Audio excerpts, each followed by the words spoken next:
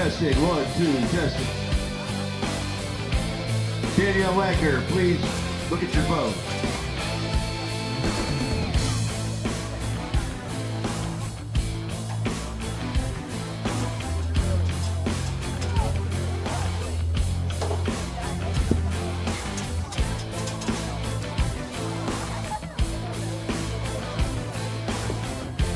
Test, test. 1, 2.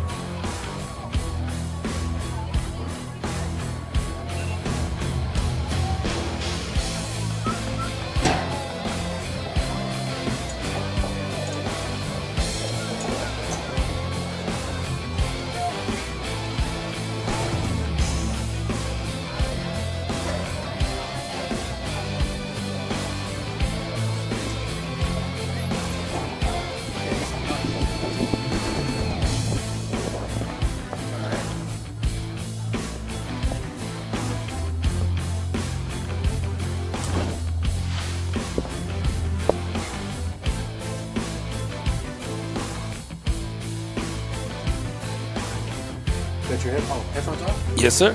Check 1, 2. You hear me? Oh, yeah, clear. Okay, very good. All right, push the set button. Keep scrolling through till you hit AF out. If it's too loud, you could lower. I'm sorry. AF out, set, down, or up. If you need me louder, if you get me louder, you're good. Okay. All right, and we're good. It sounds great.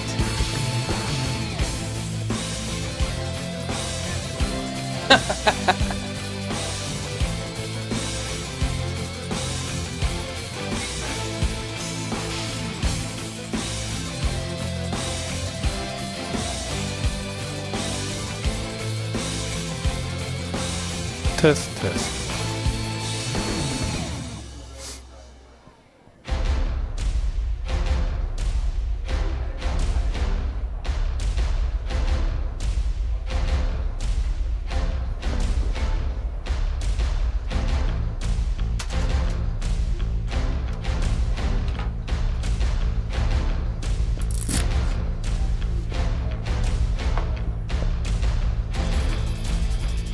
If this was JD, then I'd say okay. Okay, if I was JD, oh, you can't.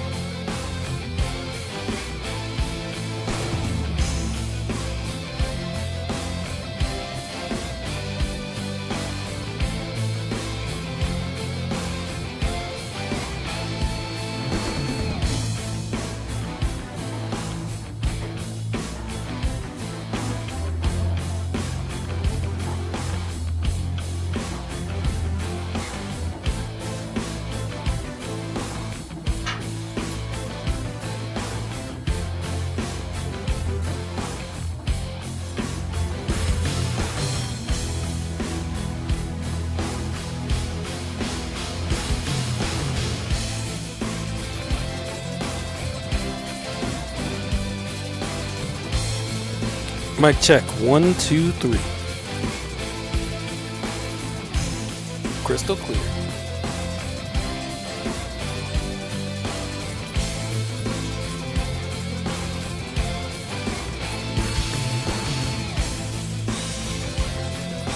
Okay.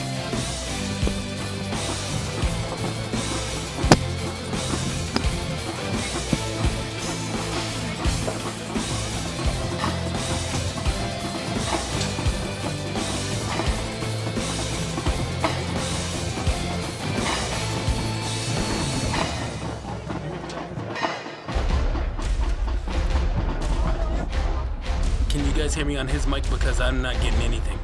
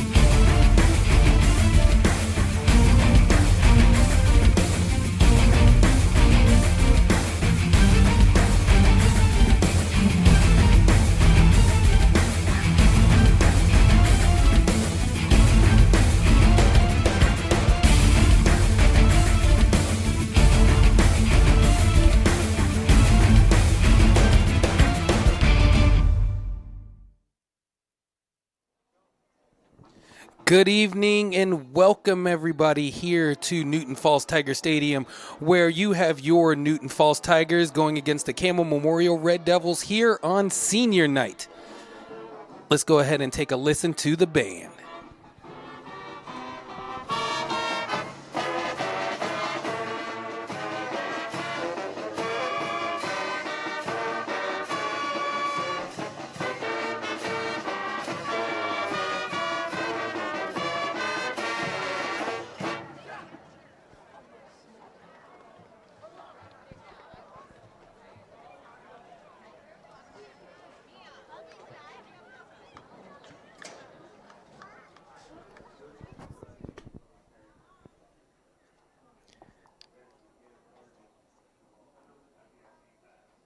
As I said, it is senior night here at Tiger Stadium, and we have our seniors being represented with our football team and the cheerleaders and band members.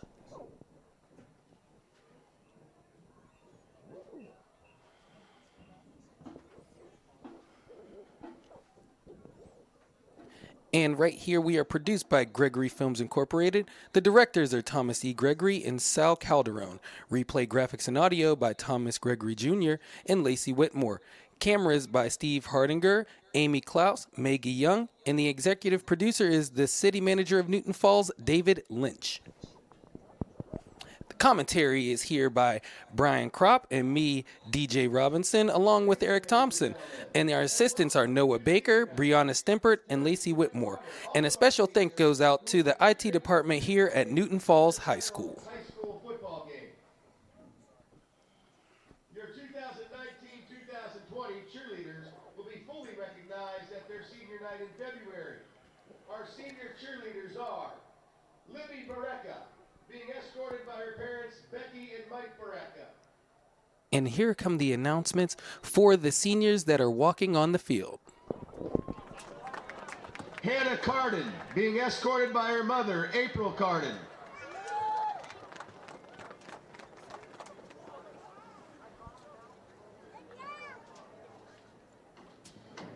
Delaney Ginner, being escorted by her parents, Daryl and Shelley Ginner.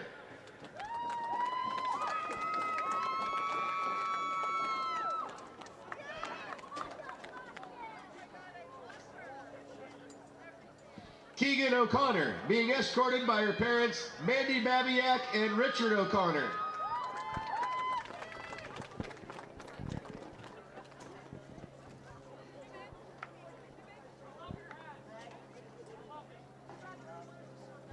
Presley O'Leary, being escorted by her parents, Nicole and Shane O'Leary.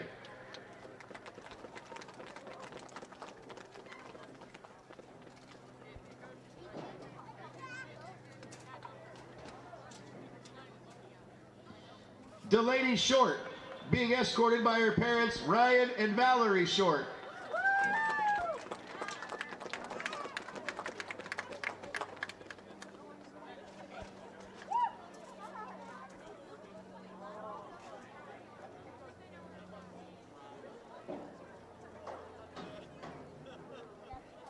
Bailey Shrub, being escorted by her parents, Christy and Jean Shrub.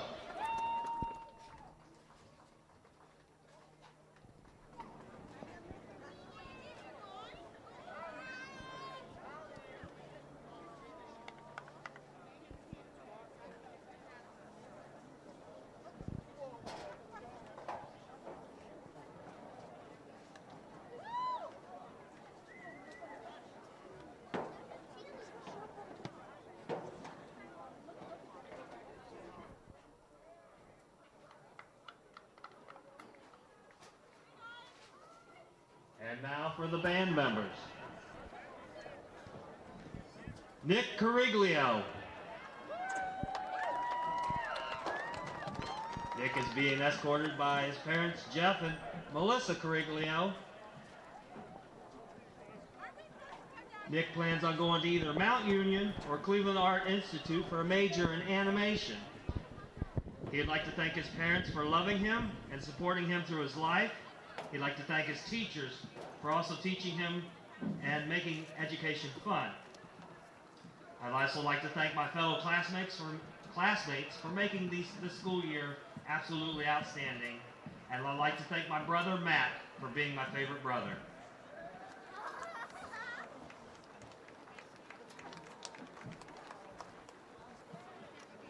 Logan Klotch.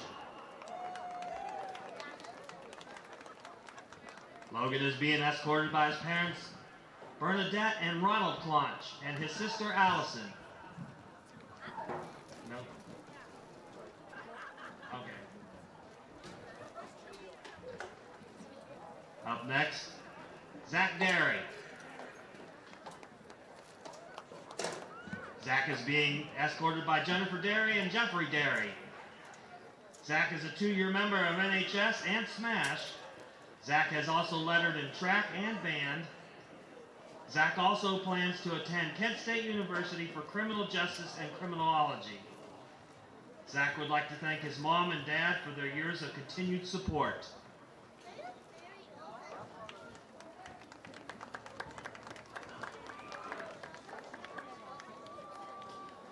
Morgan Federoff.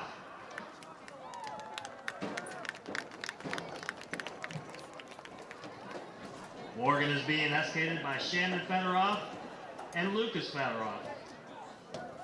Morgan has been a National Honor Society member, Art Club member for 2 years, Honor Roll for 4 years, and Scholastic Art Silver Key recipient. She's been part of the Tigerettes for 2 years, Winter Dance Team for 2 years, Miami Studio of Dance Competition Dance Team for 12 years, and 15 total years of dancing. She plans to attend Kent State University with an undecided course of study. That's not your voice. I'd like to thank my grandparents for their support for their high school, through my high school career, Mr. Semralf, the band for giving me this opportunity and making memories for the Tigerettes, and giving me hours of laughter. Finally, my parents for being there to get me to this point. Kaylin Flynn, being escorted by Anna Garrett and Corey Flynn. Kaylin has been a part of the marching band for 4 years and became drum major this year. Kaylin plans on going to Kent State for a degree in criminal justice. She'd like to thank her parents for always believing in her and letting her set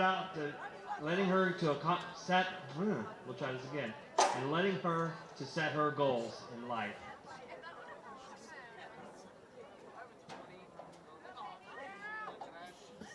Alyssa Grunder.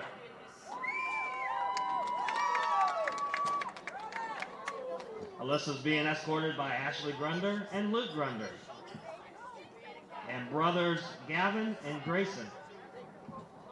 Alyssa's been part of the National Honor Society. She's been a part of the Tigerettes for 4 years, and 16 years of dancing at Mimi Studio of Dance. Alyssa plans on attending Hiram College and study integrative exercise science. She'd like to thank the Tigerettes for constantly making her laugh and keeping her on her toes, and she'd like to thank her family for coming to all of the games and supporting her no matter what. Trevor Hansel. Trevor is being escorted by his father Thomas and mother Deanna Hensel. Trevor attended the Buckeye Boys State over the summer. He's also a 4-year letterman in golf, 2-year letter winner in band, and a 5-year member of the marching band. Trevor plans on attending the University of Cincinnati and major in mechanical engineering. Trevor would like to thank his friends and family for making these 4 years the best time of his life. I couldn't have done it without you guys.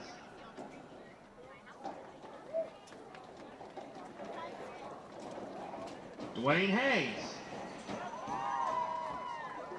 Dwayne is being escorted by his mother Kimberly and his father Dennis Hayes. He has 3 years of soccer, 4 years of track, and 1 year of band.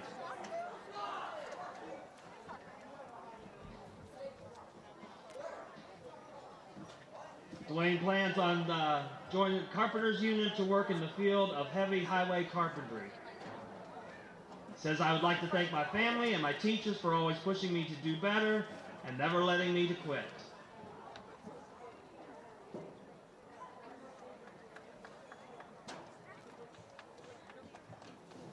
Michael Rosowski. Being escorted on the field by his mother, Lori Dorkin, and his father, Michael Rosowski. Michael was a delegate to the American Legion Buckeye Boys State. He's been in marching band for 5 years. He is planning on attending YSU and acquiring a bachelor's degree in secondary social studies education. Michael would like to thank his family and friends for seeing him through the bad times, and he'd like to thank his teachers for seeing him toward and pointing him towards his career of education. Also, a special thank you to the marching band and Mark Semrau.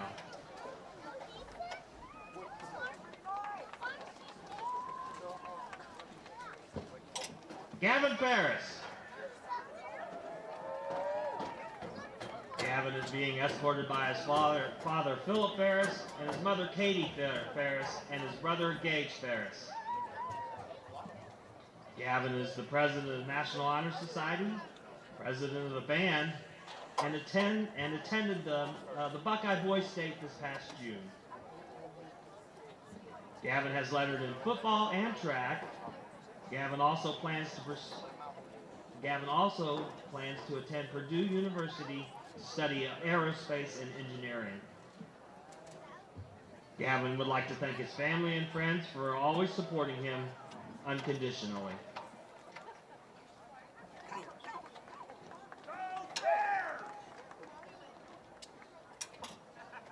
William Radcliffe. William is being escorted by Tanya McQueen and William Radcliffe. William has been part of the band.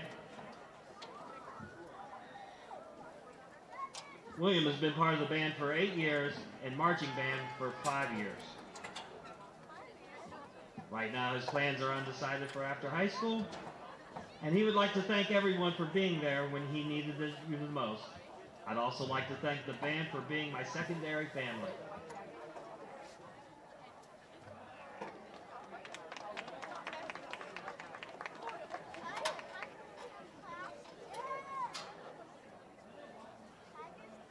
Ethan Wolford.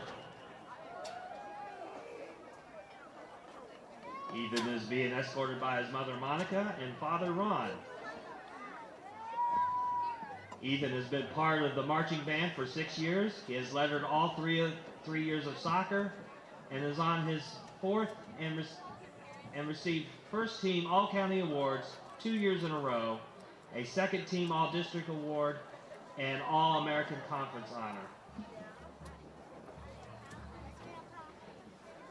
He plans on studying political science in undecided college. Finally, he would like to thank his parents for always being there and supporting him. Love you, and thank you, Mom and Dad.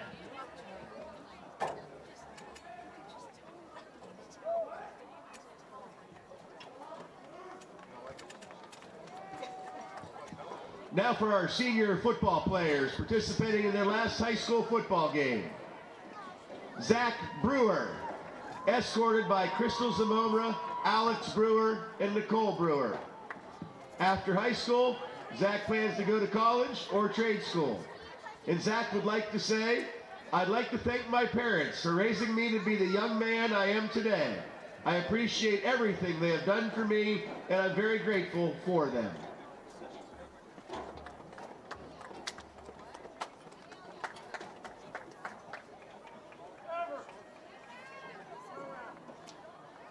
Paul Broderick, escorted by his father, Tim Broderick.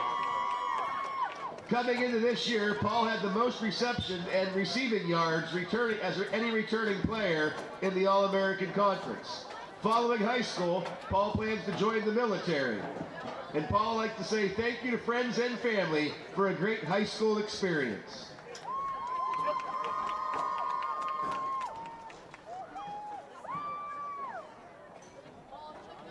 Brant Bungard, escorted by parents Hope and Dale Bungard. Brant is a 3-year letterman in football. Following high school, Brant plans to attend either Ohio State University or Ohio University with an undecided major. Brant would like to thank all of his coaches throughout his high school career for turning him into the player he is today. Brant would also like to thank his parents for always supporting him in everything he does. Finally, Brant would like to thank his friends Jacob Wright and Zach Brewer.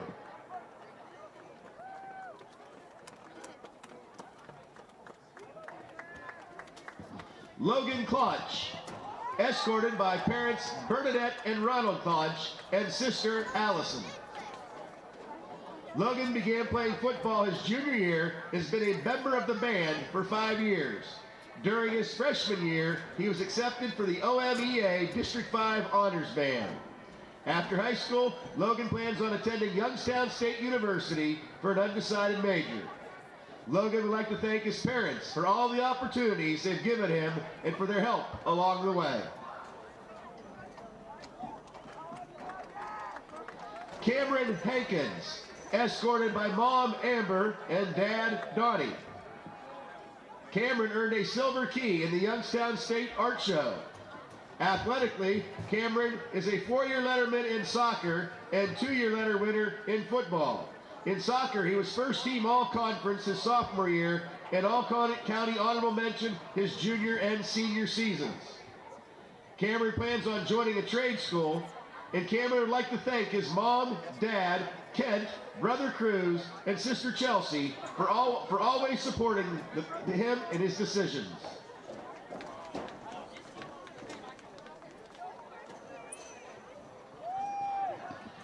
Mitchell Harley, escorted by Cindy Harley and Mike Harley. Mitchell is a 4-year letterman in football and plans to go to Stark State College to become a power line technician. Mitchell says, "I would like to thank all my friends, family, and coaches for a great 4 years of high school."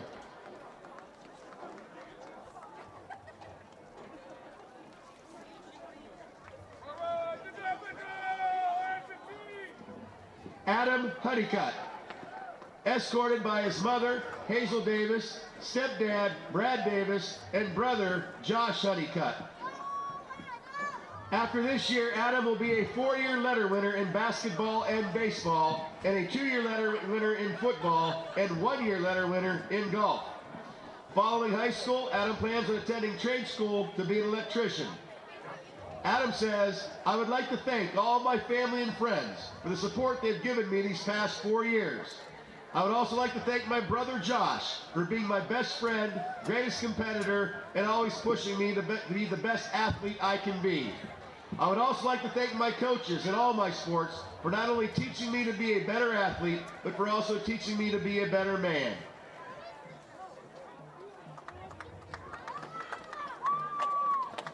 Dominic Hunt, escorted by his mom, Bridget Mohan, and his dad, John Hunt. Dom is a 3-year letterman in football, and after high school, Dom plans to attend a trade school for mechanical engineering.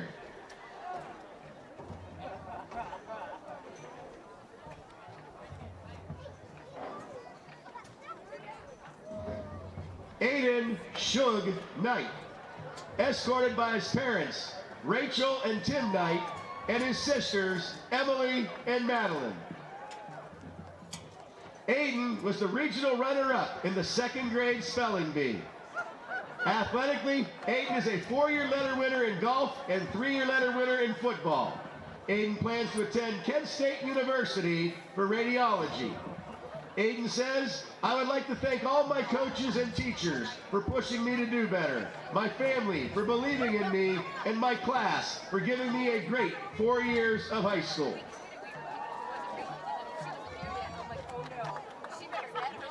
Bryce Moran, escorted by his father, Brian Kropp, and his mother, Samantha Kropp. Bryce is an honor roll student and was one of the few that went to Buckeye Boys State. Bryce has played 3 years of baseball and 2 years of football. Bryce plans on attending college after high school. And Bryce would like to thank his stepfather for always pushing him to do better, and his mother for always sticking by his side.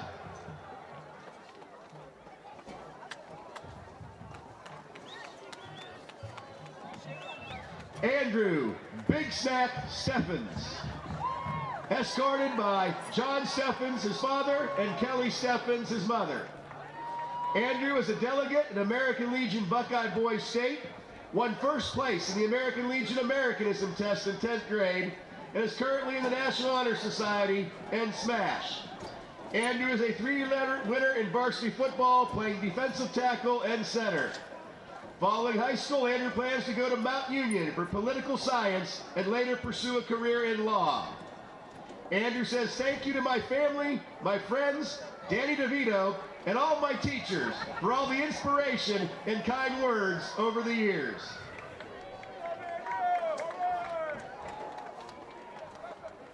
Chris Wilcox, escorted by Mother Dawn, Father Dawn, and stepmother Cheryl. Chris is a 3-year letterman in football. He plans on entering an apprenticeship program to become a journeyman pipe fitter. Chris says, a big thank you to my family for supporting me all 4 years. Thank you to all my brothers on the field with me on Friday nights for giving me endless memories I'll never forget.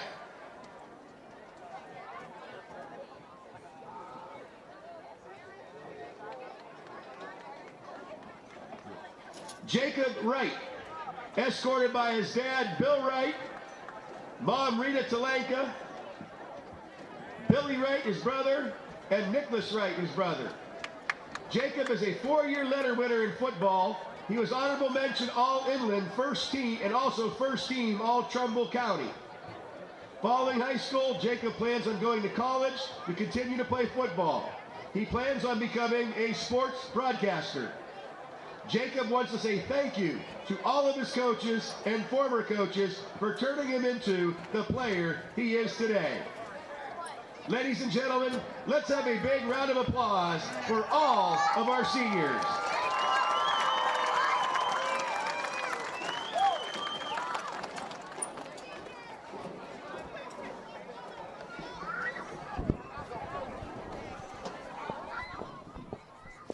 And we again hear from Gregory Films here. We want to go ahead and again say thank you and good luck to all of the seniors that are on the field today.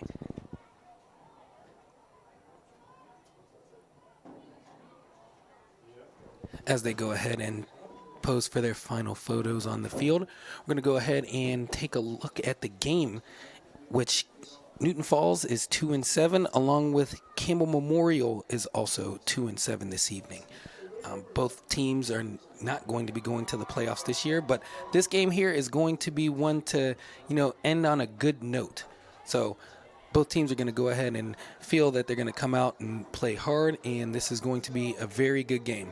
A little bit chilly out here in the air, a little bit chilly here in the booth, and as my broadcast partner, who was on the field with one of the seniors, Bryce Moran, he is now returning to the booth.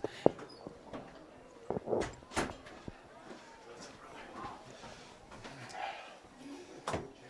rise for the playing of the Newton Falls alma mater. And welcome, Brian, as I gave you a shout out here. Thanks, DJ. Happy to be back in the booth here. It's been an exciting night. I'm a little out of breath from running down the field and running up the steps here up into the booth. And now we're doing the alma mater. Got it.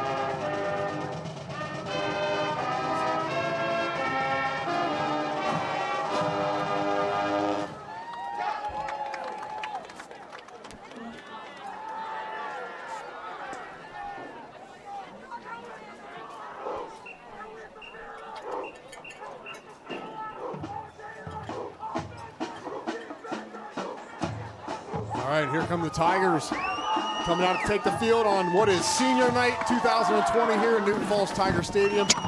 It's going to be an exciting evening, I do believe. I thought it was 2019. I'm sorry, did I say 2020? I absolutely said 2020. Class, I'm looking at the sign that just ran through. It's the class of 2020. Thank you for correcting me. Well, I can't believe how dumb that sounded. But okay, so class of 2020 running through their sign. That's why I'm here for you, man. Good looking out, brother. Good looking out. So the band is getting ready here. We are going to do the national anthem here. It's good to see the Tigers on the sideline. Looks like they've got a little bit more energy than during warm-ups. It's a little chilly down there in the field. They're adjusting to the temperature. So we're going to get ready here for the national anthem.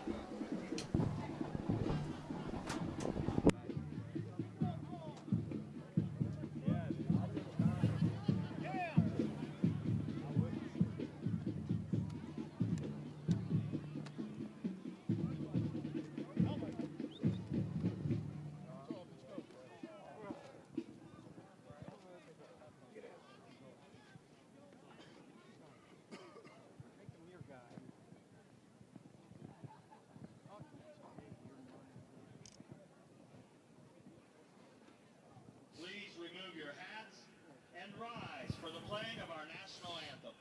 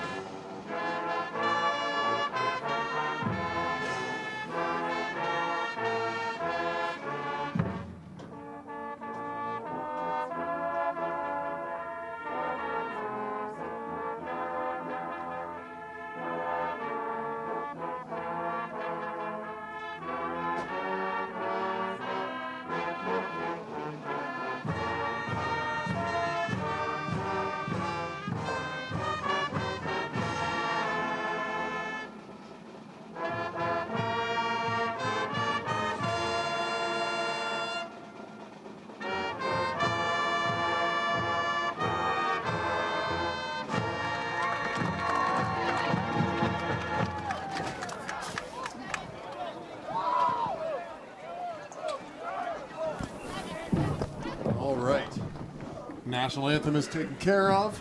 And I'm chilly. It is ready. We're ready for some football. It is chilly. It is definitely cold. It's not as cold up in the booth, I will say, as it is out on the field. My feet are a little toasty, or my feet are a little chilly right now. But I think the players out on the field are going to be okay. The starting offensive lineup tonight, Andrew Steffens, number 75, is not going to be starting at left tackle, but some of the rest of the players for your starting lineup is going to be Nick Oyster at quarterback, Shane Battison and Paul Broderick, Jake Wright, Mitchell Harley, and Adam Honeycutt at your starting positions, your skill position players tonight. The linesman, John O'Manick. The line judge, Anthony Scarosi. So for defense, our secondary tonight is going to be Luke Dickey, Jake Wright, and Christian McCabe. A linebacking core and defensive line of Chris Wilcox, Ian King, and Bryce Moran, and Brant Bungard, Shane Battison, Paul Broderick, Dominic Hunt, and Mitchell Harley, rounding out the defense. And DJ, did you see what was the as far as who's going to be receiving the ball tonight as far as kickoff? Did we see who's going to be getting the ball tonight? No, I didn't. Okay, so let's see what we find out here. What it looks like is that Campbell is going to receive. That's absolutely correct. It looks like Cameron Hankins is head out of the field here, so Newton Falls is going to kick. So they'll get the ball here in the second half. So the Newton Falls defense is going to come out here first. Let's see what the defense can do against Memorial. So for senior night tonight, the last game of the season here, the Newton Falls Tigers are going to be taking on Memorial Red Devils. We're getting ready to start the game off here.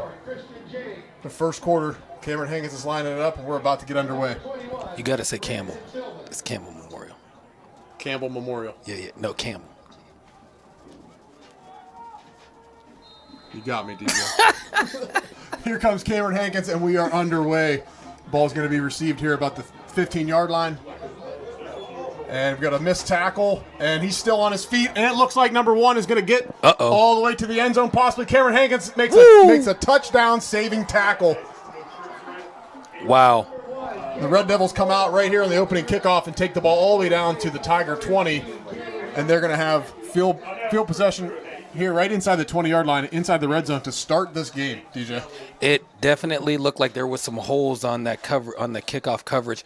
He just cut right up the middle, had one man to beat, and he didn't beat him, but he did put his team in the red, in the red zone because they're on the 20-yard line. Right on the 20-yard line. So let's see if this Tiger defense, hopefully the senior night festivities and as far as seniors being on the field doesn't slow these guys down anymore here on defense. So let's see what they can do here on first down. So the Red Devils take the snap. It's going to be a handoff up the middle. And he's going to be brought down by a couple of Tigers there on the play. So a gain of only a couple yards on the play. Good safe play to start the game. Looks like about a gain of 5 on the play. So we're going to be 2nd and 5 here in the first quarter as the Red Devils are driving already this first possession of the game. They come out in a 4-receiver set. Looks like Newton Falls is playing tight. And it's going to be a handoff right at the middle again. Once again, it looks like he's going to have enough for the first down there. So it looks like it's going to be 1st and goal here for the Red Devils. 1st and goal from the 10-yard line. A little over 11 minutes to go here in the first quarter. Campbell already threatening to score here on their first possession of the game. And it was 3 straight plays down right down the pike. They were not scared to run at this Newton Falls Tiger defense. Well, as we've seen in several other games so far this year, the run defense has been a little suspect here for the Tigers. Not on that play. Looks like Mitchell Harley's going to wrap him up in the backfield or close to the backfield there and take him down. So tackle for a loss there on the play. As you can see, Mitchell Harley comes around the end, is able to get his arms around the running back and take him down with a little help from Paul Broderick and Jake Wright coming in to clean it up at the end. Like we were talking about in earlier broadcasts, it's nice to see that they're going to go ahead and use that gang tackling to go ahead, have one man slow him down, and then the rest of the team go ahead and swallow him up. They have to. They need to always gang tackle. There always needs to be black jerseys flying to the ball. Let's see what they can do here on 2nd and 10. Looks like it's going to be a fake pass. Play action. It's going to pass to the end zone. It's going to be caught by number 1. Touchdown, Red Devils. That was perfect execution. They sold the play action as soon as he went ahead, and as soon as he pulled it back, you seen that the corner actually hesitated, and when he made that break in for that post, as you see here on the replay, they got sucked in. Next thing you know, play on the post, beat his man, easy 6. Yeah, looked like McCabe was in pretty good position with coverage there. It looked like their feet got tangled up a little bit, and he went down. A great pass by Campbell there on that touchdown pass. So with that, 10-10 left here in the first quarter. The Red Devils are going to try and convert this extra point here to make it 7-0. That was a good job by Storrs. He waited and got him the second window. You know that? So we're all lined up here. Snaps back, the ball is down, the kick is up, and it looks like it's going to be good. So the Red Devils are going to take the lead here early in the first quarter, 7-0. So the Campbell Red Devils are going to take the lead against the Newton Falls Tigers here on senior night. Wow, that was quick. That was quick. Hopefully it doesn't get the Tigers down. We get the ball and can put together a drive ourselves and even the score back up and try to get some energy and some life back in this game instead of getting behind. Absolutely. If you go ahead and you looked at their at Campbell's play selection, it was 5 run, 1 pass. So be expected that play action is actually going to be real tight for the Tigers defense. What they need to do is stay home, and they will go ahead and get to the promised land. I'd like to see the Tiger offense kind of come out with a similar game plan and utilize those passes or utilize the runs to set up the pass and make those play action passes work. We haven't seen a lot of play action from the Tigers, not where they're setting it up intentionally, setting up those early run plays to set up the play action. I would like to see the Lisbon game plan, how they went ahead and they decimated Lisbon by pounding the ball to Jake Wright. And next thing you know, boom, it ended up going and they got the win, but it was behind Jake Wright. So let's go ahead and see if they go back to that Lisbon game plan. I'd like to see that as well. So here come the Red Devils here to kick off. Number 10 for the Red Devils will be kicking off here with 10-10 left to go in the first quarter. The Red Devils lead the Tigers here 7-0. Newton Falls Tiger Stadium here on senior night. Even though it's pretty chilly out, I have to say the fans have turned out here pretty decent numbers for their seniors and for their football team. It's a good thing to see. Ball goes to Jake Wright. Jake's got a little bit of a lane up the sideline. He's going to go out of bounds here, right about the 45-yard line right here in front of us. And the offense is going to take the field here. Nick Oyster, number 14. Let's see what kind of drive that the Oyster can put together here on the first possession of the game for the Tigers. I would like to, like I said, you seen who received the ball at kickoff, Jake Wright. What you need to do, get the ball to Jake Wright. Yeah, you've got to get the ball in your playmakers' hands, and Jake has shown himself to be one of those, one of the best playmakers on your team. You've got to get the ball into his hands quickly, get it out of Nick Oyster's hands quickly, and just I'd like to see a game plan here against this defense. Let's see if there's any reason or rhyme or reason to what they're doing here tonight. Here comes good trips right. Here come the Tigers on their first possession of the game. And it's going to be handed out to Paul Broderick up the middle. He's got a lane. He's out to the left. He's got two defenders to beat. He's out to the 20, almost to the 15-yard line. He's into Campbell territory. Great run by Paul Broderick on that play. Handoff right up the middle. Good hole, good lane. And he just turned it outside and beat his defenders. Wow. I can't stop saying wow tonight. I mean, if you go right here and you look at this hole, look at what the offensive line has produced. I mean, they parted the sea. They went ahead and they helped their offense. They helped Paul Broderick go ahead and get that gain, and we got 30-plus yard gain for the first down in the red zone. And here comes Nick Oyster on first down after that long run by Broderick. He keeps it on a quarterback keep, but he's swallowed up quickly by the Campbell defenders. But Jake Wright was in motion there on that play. Let's see what the call is going to be here on second down. It was really good to see on that long run, DJ. You see the offensive line really making some holes. You've got some big guys down there, big bodies, and that's exactly what their job is. And they need to do it early, and they need to do it often. You got to get bully down there. That's bully ball in the trenches. It's going to be hat versus hat to see who's going to be lower, who's going to be stronger. Oyster's rolling out to his right. He's got a man out in the flat. It's Adam Honeycutt, and the pass is going to be incomplete. So here we go on third down. Let's see what the Tigers can do here after that one long run, that good play by Paul Broderick. And they've kind of floundered here in those last couple plays. Let's see if they can get some positive yards here.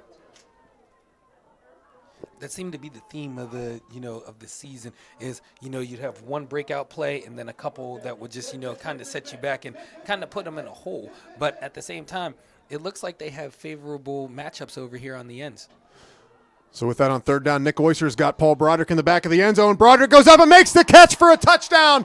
Touchdown, Tigers in the end zone. I do not see any flags on the field, which is a great sign. Broderick with the catch. DJ, what have we seen on the replay here? Right here, we're seeing Oyster go ahead, check down his receivers, ends up throwing a jump ball to where Paul Broderick had the man beat and came in and got the 6. Great job there on the connection between Nick Oyster and Paul Broderick. They've been a pretty lethal connection so far. When they've been on, they've been on.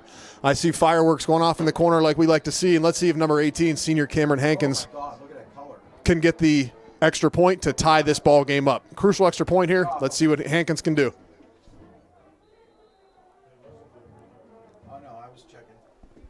Snap is back. The ball is down. The kick is up.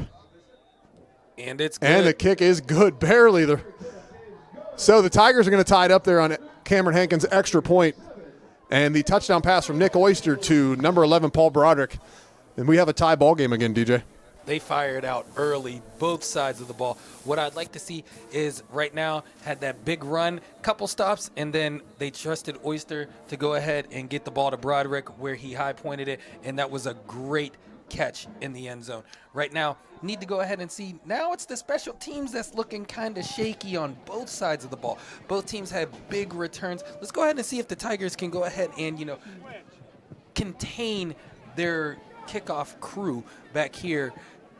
Yeah, we need some coverage discipline here by these players. We need some solid tackling. We need to get guys wrapped up and get them brought down and not give up these big long runs. Make the offense earn it against the defense here. And now that we're back to basically a nothing game again, let's see if this team after the beginning of the senior night, all the festivities, let's see if this team, if both sides can get back to even here.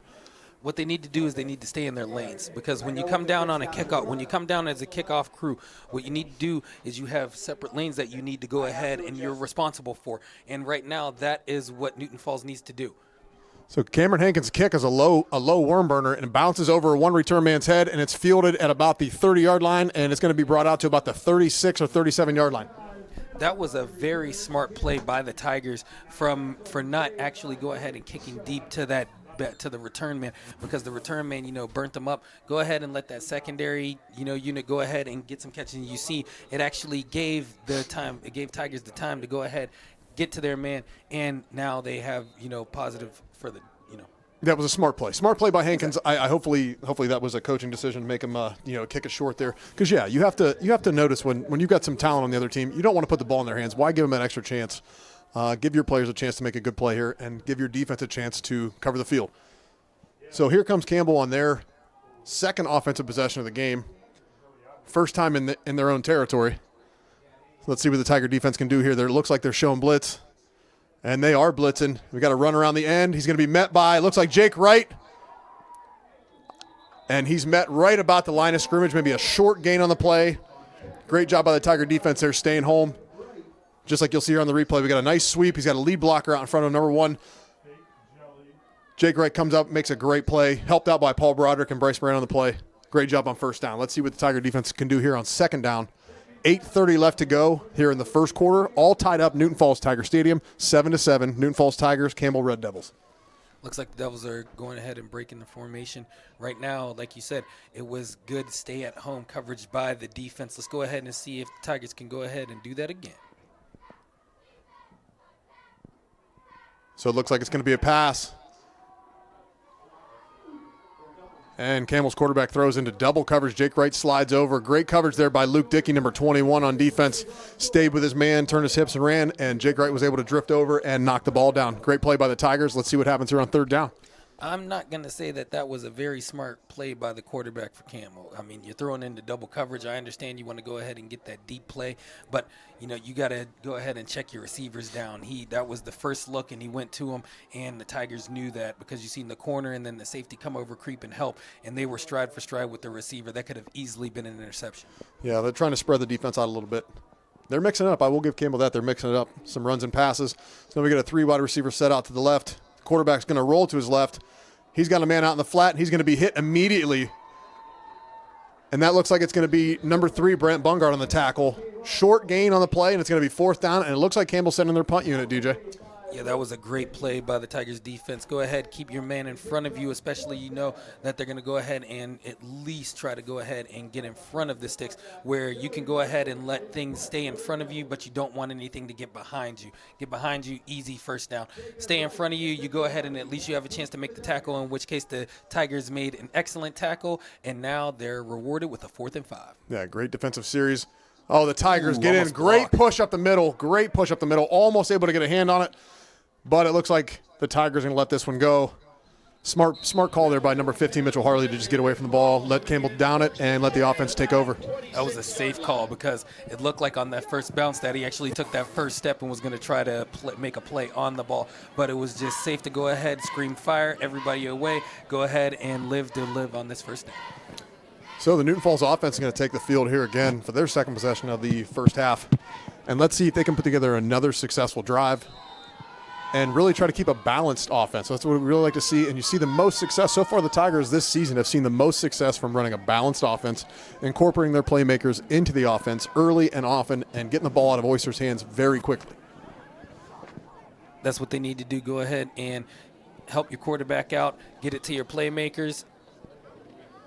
And that's what they're doing right here. Jake nice Wright's run. In motion. The handoff is going to be to Mitchell Harley, number 15. Nice little positive yards carry by Mitchell on first down. That is exactly the kind of things that we need to see. Run your bread and butter plays, your offense. You're giving your playmakers the ball. Mitchell, of course, Jake. Now you can open up. When you start running passes or running plays like that, you can start incorporating the play action, as we saw Campbell do. Absolutely. You start incorporating some quick passes, really keeping the defense honest, keeping them on their toes. So let's see what we do here on 2nd and 6. It's going to be another handoff up the middle. Mitchell Harley lowers his head. He's tackled by number 3, but not until after a short gain. Very violent running by number 15, Mitchell Harley. That's what we like to see. Some high energy. Put your head down and run right through him. He's coming out fired up today. You go ahead and you split between him, Broderick, and Jacob Wright. You can't go wrong in the backfield. No, we haven't even talked about number 10, Adam Honeycutt, and number 80, Shane Battison. They're both dangerous on the edge, particularly Adam Honeycutt, who's got quite the height advantage and has used it so far this season. So here comes Oyster. Like we talked about, a quick pass out to Broderick, who's wide open, and they're going to get the first down. Broderick's going to be taken down at about the 43-yard line, and it's going to be a first down Tigers. Great play call, great pass by Oyster. At that point, Oyster had so many he had both lefts to throw through. He had Broderick open. He had Battison open. It was just to pick your poison, and that's exactly what he did. Got it to the big man, got the first down. So here come the Tigers again, moving the ball. First down, almost to midfield here. 5:54 left to go in the first quarter, all tied up. Snaps back to Oyster. He's going to roll to his right. He's got Mitchell Harley blocking. He's got a man out in the flat, and it's Jake Wright. That was almost intercepted. Hit him right in the hands. He was wide open. Uncharacteristic drop by Jake, and as he kind of fumbled the ball a little bit, the defender came up and was almost able to pick that off up the sideline. We got kind of lucky on that one. Hopefully Jake will just kind of shake that off, and we'll get him here on second down. Oh, yeah, that's one of those ones that you got to forget quickly. What I would do is get the ball right back to him. I mean, you don't have to get him in the pass. Just go ahead and put him in the backfield. Let him go ahead and, shake that off. You want to go ahead and get that off early. That way, you could go ahead and just get that play out of your mind. So here on second down and 10, Oyster's dropping straight back. It looks like it's going to be a screen pass to Paul Broderick right in the middle. He's got blockers. Jake Wright sets a vicious block, and there goes Broderick to the 20, 15, 10. He's going to be tackled from behind all the way down to the 1 yard line. What a great play by the Tigers. There's no longer in the field. That play is going to look like it's going to stand. And look at the Tigers moving the ball. Broderick may be a little shaken up on the play as he's dragged down from behind, just short of the end zone. What a great play. Great play call by the offense, as you'll see here in the replay. Yes, you see Oyster go ahead, drop back, and they set up that tunnel screen in the middle. And look at this block right here. Woo! It just came off. Look at another block right there, and it just Wasana, number 55, with another spring block. Great block and great execution on that play, DJ. Yes, it was. That was crystal clear execution. You can't draw it up any better than that. And, he got taken down a little bit hard, but I think is he still on the field? Broderick is still on the field. Yeah, yep. So he shook it off, and he said, I want to go ahead and get this in for 6. So here comes the Newton Falls offense, and 5 wideouts here at the 1 yard line. First down, Nick Oyster is going to scramble, and he's going to get tackled for a loss, met by number 8 from Campbell on the quarterback keeper. Was not able to get any yards on that play, actually lost a couple. So as you can see in the replay, Oyster thought he saw a hole. The hole closed pretty quick. Well, see, there was some questions there that I had, especially on that play call. First of all, you're on the 1 yard line. Why are you not giving it to your big men? You should go ahead and just have a draw play up the middle, let the hats on hats. You're going to go ahead and leave your fairly inexperienced quarterback to go ahead and have a draw play, well, not a draw play, but a rollout into a defender's hands. Not the greatest play selection. So here they go on second down. It's going to be a give. What they probably should have done on first down, DJ, the defense was expecting that. If you looked on I don't know if we'll see the replay, but if you look on that play, the defense was stacked in the box. They probably had 7 or 8 guys in the box. They were expecting that run, and Newton Falls kind of let them know that was going to happen. So now here you are on third down. You've lost yards in the last 2 plays. So now you went from first and goal from the 1 yard line. Now you're third and goal from the 5 yard line. Let's see what the Tigers can do here.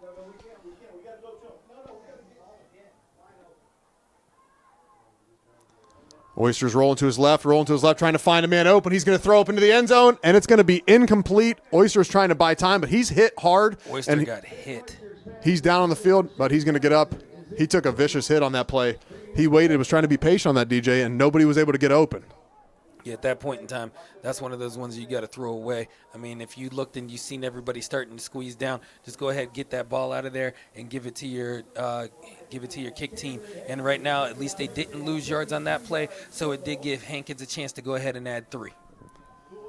So here comes Hankins, as DJ just mentioned, with 3:38 left here in the first quarter, all tied up at 7. Snap is back, kick is up, and it looks like the kick is going to be good. So the Tigers are going to take the lead here on the second drive of the game for them. It's going to be 10-7 for the Tigers here against the Red Devils. I really would have loved to see 3 or 4 straight run plays there from the 1 yard line, DJ. The play calling was questionable at best on that one, especially on the first down. The first down actually set up the rest of the drive, in which case it was good the fact that they, Hankins got out there and got him 3, but you always like to get 6. And with that, DJ, we've got our man Eric Thompson down on the field. Eric, we haven't had a chance to talk to you so far this evening. How are you doing this evening, sir, and what's it like down there on the field? Well, it's a little nippy down here on the field. I heard you guys early on in the quarter whining about how your feet were cold up in the booth. Geez, you know, being up that high, guys, you're closer to the sun, so you should be warmer. What sun? Yeah, well, as the kickoff took place, we saw the orange, just the faintest of orange over to the west here, over the high school, as the sun set, and the temperature was 35 degrees. It's just enough above freezing that there's dew on the ground. The ground's slippery, it's wet, and I think that's what we'll see is a lot of run and gun tonight. Absolutely, Eric. Thank you so much for that little insight from down on the field because, yeah, we have it. You're right. The grass probably looks slick, and guys have kind of lost their footing. And here comes a return right up the middle. Here comes number 1 again. He's unable to break this tackle, and the Red Devils are going to take over in Newton Falls territory on the 45-yard line. DJ, they need to stop kicking the ball to him. This is suspect at best. I mean, both times that number 1 ended up getting the ball, there was a hole you could drive a Mack truck through. I mean, and with his speed, as you can see, he's getting on the other side he's getting on, the Newton Falls side of the field. That is something you have to eliminate. You eliminate that by what I said earlier. You stay in your lane. Don't sit there and try to break off because that's exactly what the Haynes team is supposed to do, is go ahead and make those holes for you. And right now on first down, we ended up getting about a 4-yard gain. So as DJ mentioned, on first down there, Campbell runs the ball. A gain of about 4 yards on the play, so it looks like it's going to be about 2nd and 6. Tackled by a host of Tigers on that play.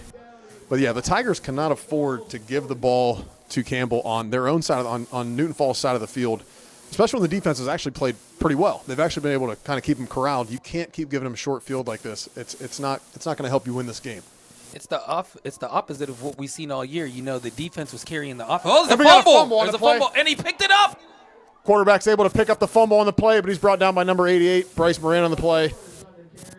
Almost a busted play. The Tigers are not able to get enough pressure in there to get to the ball, and number 2 picked it up and was able to scramble, as you can see. It was a bad snap, and what happened was, just at the point where Dominic Hunt just happened to actually shoot in the backfield, he accidentally, well, I wouldn't say accidentally, but he ran past him, and the ball just happened to sit on the ground, and you just like, oh my goodness, like, what is this? This is a gift. But at that point, like Eric said earlier, field slippery, and you just couldn't make a play on the ball. You can see the mud flying around here, and you can see they can't really get their footing. Some players are covered in mud, you could tell. So let's see what Campbell does here on first down. Looks like it's going to be an option quarterback pitch. The running back actually slipped, and it looks like the ball must have come out. Let's see what the call down on the field is. The running back was an option of the pitch out to the left. The running back tried to turn up, and his foot slipped out from underneath of him. I think the ball may have popped out, so we'll see on the replay. Number 2 pitches number 1 here out to the left. He slips. Can't tell if his forearm hit there, but as you can see, here comes. Well, he's fighting, and I can't tell if the ball. Oh, that's number 1 still. He's still fighting. So I don't see the ball come out there at all, but looks like a loss on the play. So it's going to be 2nd and 7. It looked like he actually had his knee down in the backfield. It did. It looked like his forearm or his knee may have hit, but on 2nd down, going to be a gain of about 2 yards on the play and hit by a host of Tigers, including Dominic Hunt and Brant Bungard.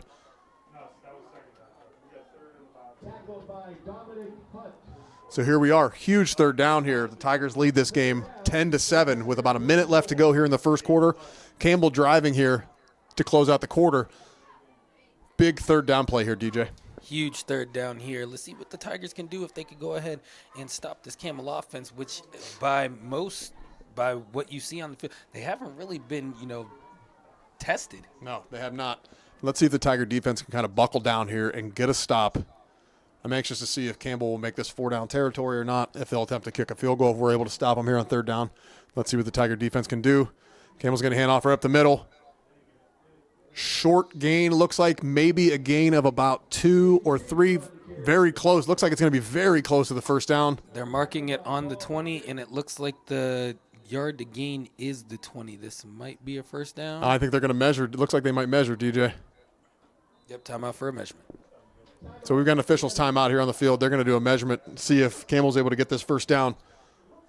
So while we've got a minute here, we've got a ton of sponsors that we really want to thank. They've been so fantastic all season long and helping out this team and supporting the Newton Falls Tigers with the ups and downs. We'd like to take some time here tonight and make sure that we get through all of our sponsors here. We want to thank everybody that's participated and sponsored our team.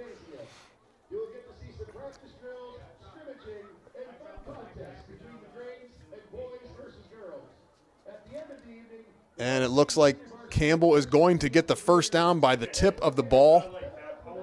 By the closest of means. So with 18 seconds left here in the first quarter, Campbell got the first down. The Tiger defense coming back out, and they will have the ball at about the 20-yard line. 1st and 10.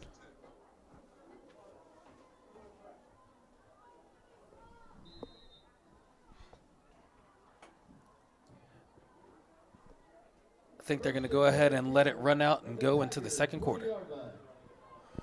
Well, we'll flip-flop sides of the field here as the offensive defense take a second to take a break here in between quarters. So it's been a great first quarter so far, DJ, with the Tigers leading 10-7 over the Campbell Memorial Red Devils. Great first quarter here by both teams, but the Tigers are holding on to a slim lead. Let's see if they can keep this momentum going into the second quarter.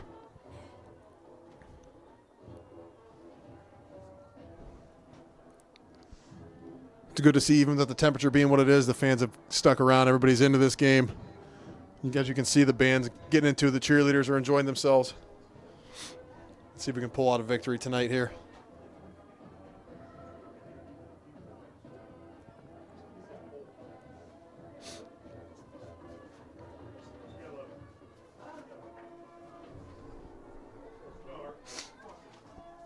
You can see the Tiger team down there, the Tiger defense getting talked to by their coach right now. Let's see what the team can put together here as far as a defensive stand. After Campbell was just able to convert that third down into a first down, and they are in the Tiger red zone here.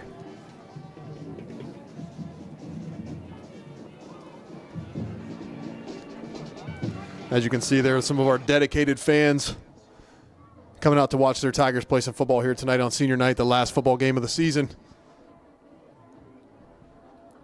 And let's see what we can do here in the first play here in the second quarter as the Red Devils get ready to get their first play off here in the second quarter.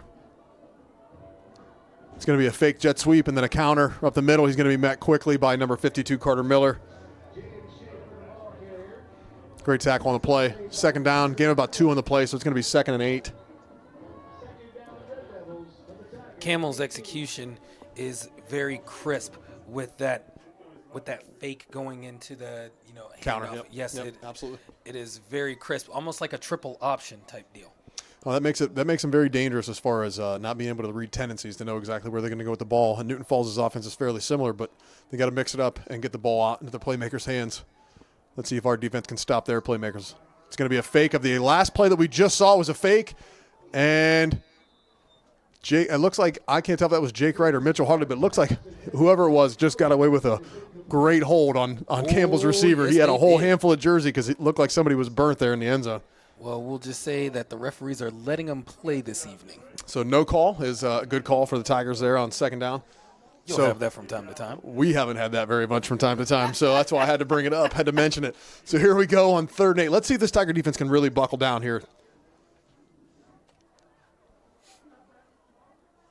We need to stop here on 3rd and 8 with a little over 11 minutes left to go here in the first half. Tigers leading this game against the Red Devils 10-7. Campbell's been pretty much able to do what they've wanted, but they haven't been able to finish, to capitalize on it, other than just a few big plays and some run backs on kickoffs. Here comes a quarterback keep. He's going to go right up the middle. He's going to be tackled. He's going to met by number 52, Carter Miller, and a couple other Tigers on the play. Jake Wright, and it looks like a few others. And here comes some flags. The first flag of the night. Let's see what the call on the field is. I don't know, DJ. I didn't see anything. I was trying to see player numbers, but I did not see what the call was. Looked like it was after the play. Yes, it definitely was after the play, but let's go ahead and see who's it on. And it's going to be against the Tigers. Well, the first penalty of the game is going to be against Newton Falls, and it comes at a crucial time.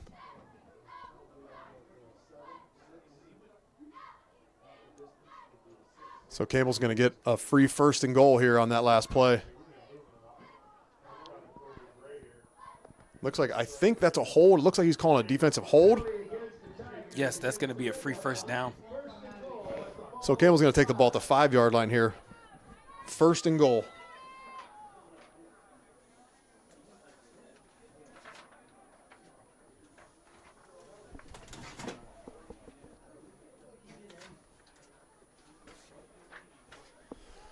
All right, let's see what the Tiger defense can do here.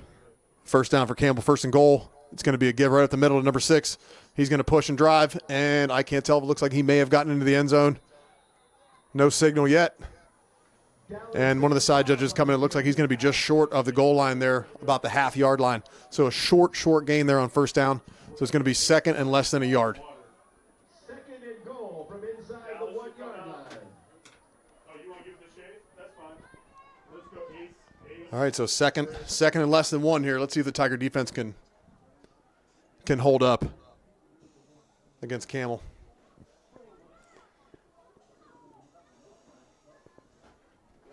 A little over 10 minutes left to go here in the first half. So far this quarter, DJ, we haven't had an answer for their offense. No, they haven't, and it looks like they are in for 6. Yeah, Camel just scored. Carries for the Red Devils. Touchdown. And that's going to be six for the Red Devils, and they're going to take the lead here, 13-10 over the Tigers. That was perfect execution on the handoff right there. He just went ahead, gave it to his back, who's actually had a really good night tonight. Yeah. And easy 6. Let's see if they can convert here. There's going to be a big extra point to see if they can convert to get a 4-point lead.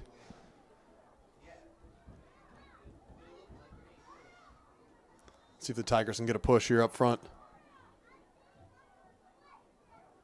Snaps back, kicks up, and it looks like it's going to be good. So Camel Red Devils are going to take the lead here 14-10 over the Newton Falls Tigers. With a little under 10 minutes to go here in the first half at Newton Falls Tiger Stadium here on senior night. Let's see if the Tigers offense, first of all, let's see if they can get a good return here and see if the offense can come back out and put together another drive. That's the main thing. I mean, like I said, this game on offense and defense has looked good. The thing that got me so far to this point in the game is the special teams. They've both been sloppy as far as execution, and both teams have had big breaks on their, returns from the kickoff. So let's go ahead and see if Newton Falls can go ahead and, take out the Devils as far as, getting gaps how, unfortunately the Tigers have been given. Yeah, let's see if they can correct some of the mistakes they've made, which, like you said, special teams so far this evening has been the one lacking area. Let's see if the Tigers can tighten that up. And let's see if they can get a good return here. Camel's taking a few minutes to get their kickoff team out on the field. Back deep, you've got Mitchell Harley, Jake Wright, and it looks like Christian McCabe.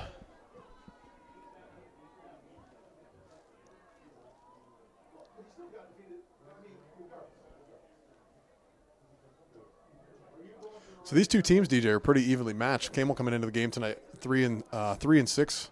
2-7. Both teams 2-7. Oh, 2-7. I was wrong. I saw a wrong stat. That's what I get for looking at. I think I was on Max Preps or. Gotta go to Joe Idle. They're inaccurate. Gotta go to Joe Idle. Well, still very close as far as records are concerned and as far as how the schools are concerned. And we're seeing that tonight on the field.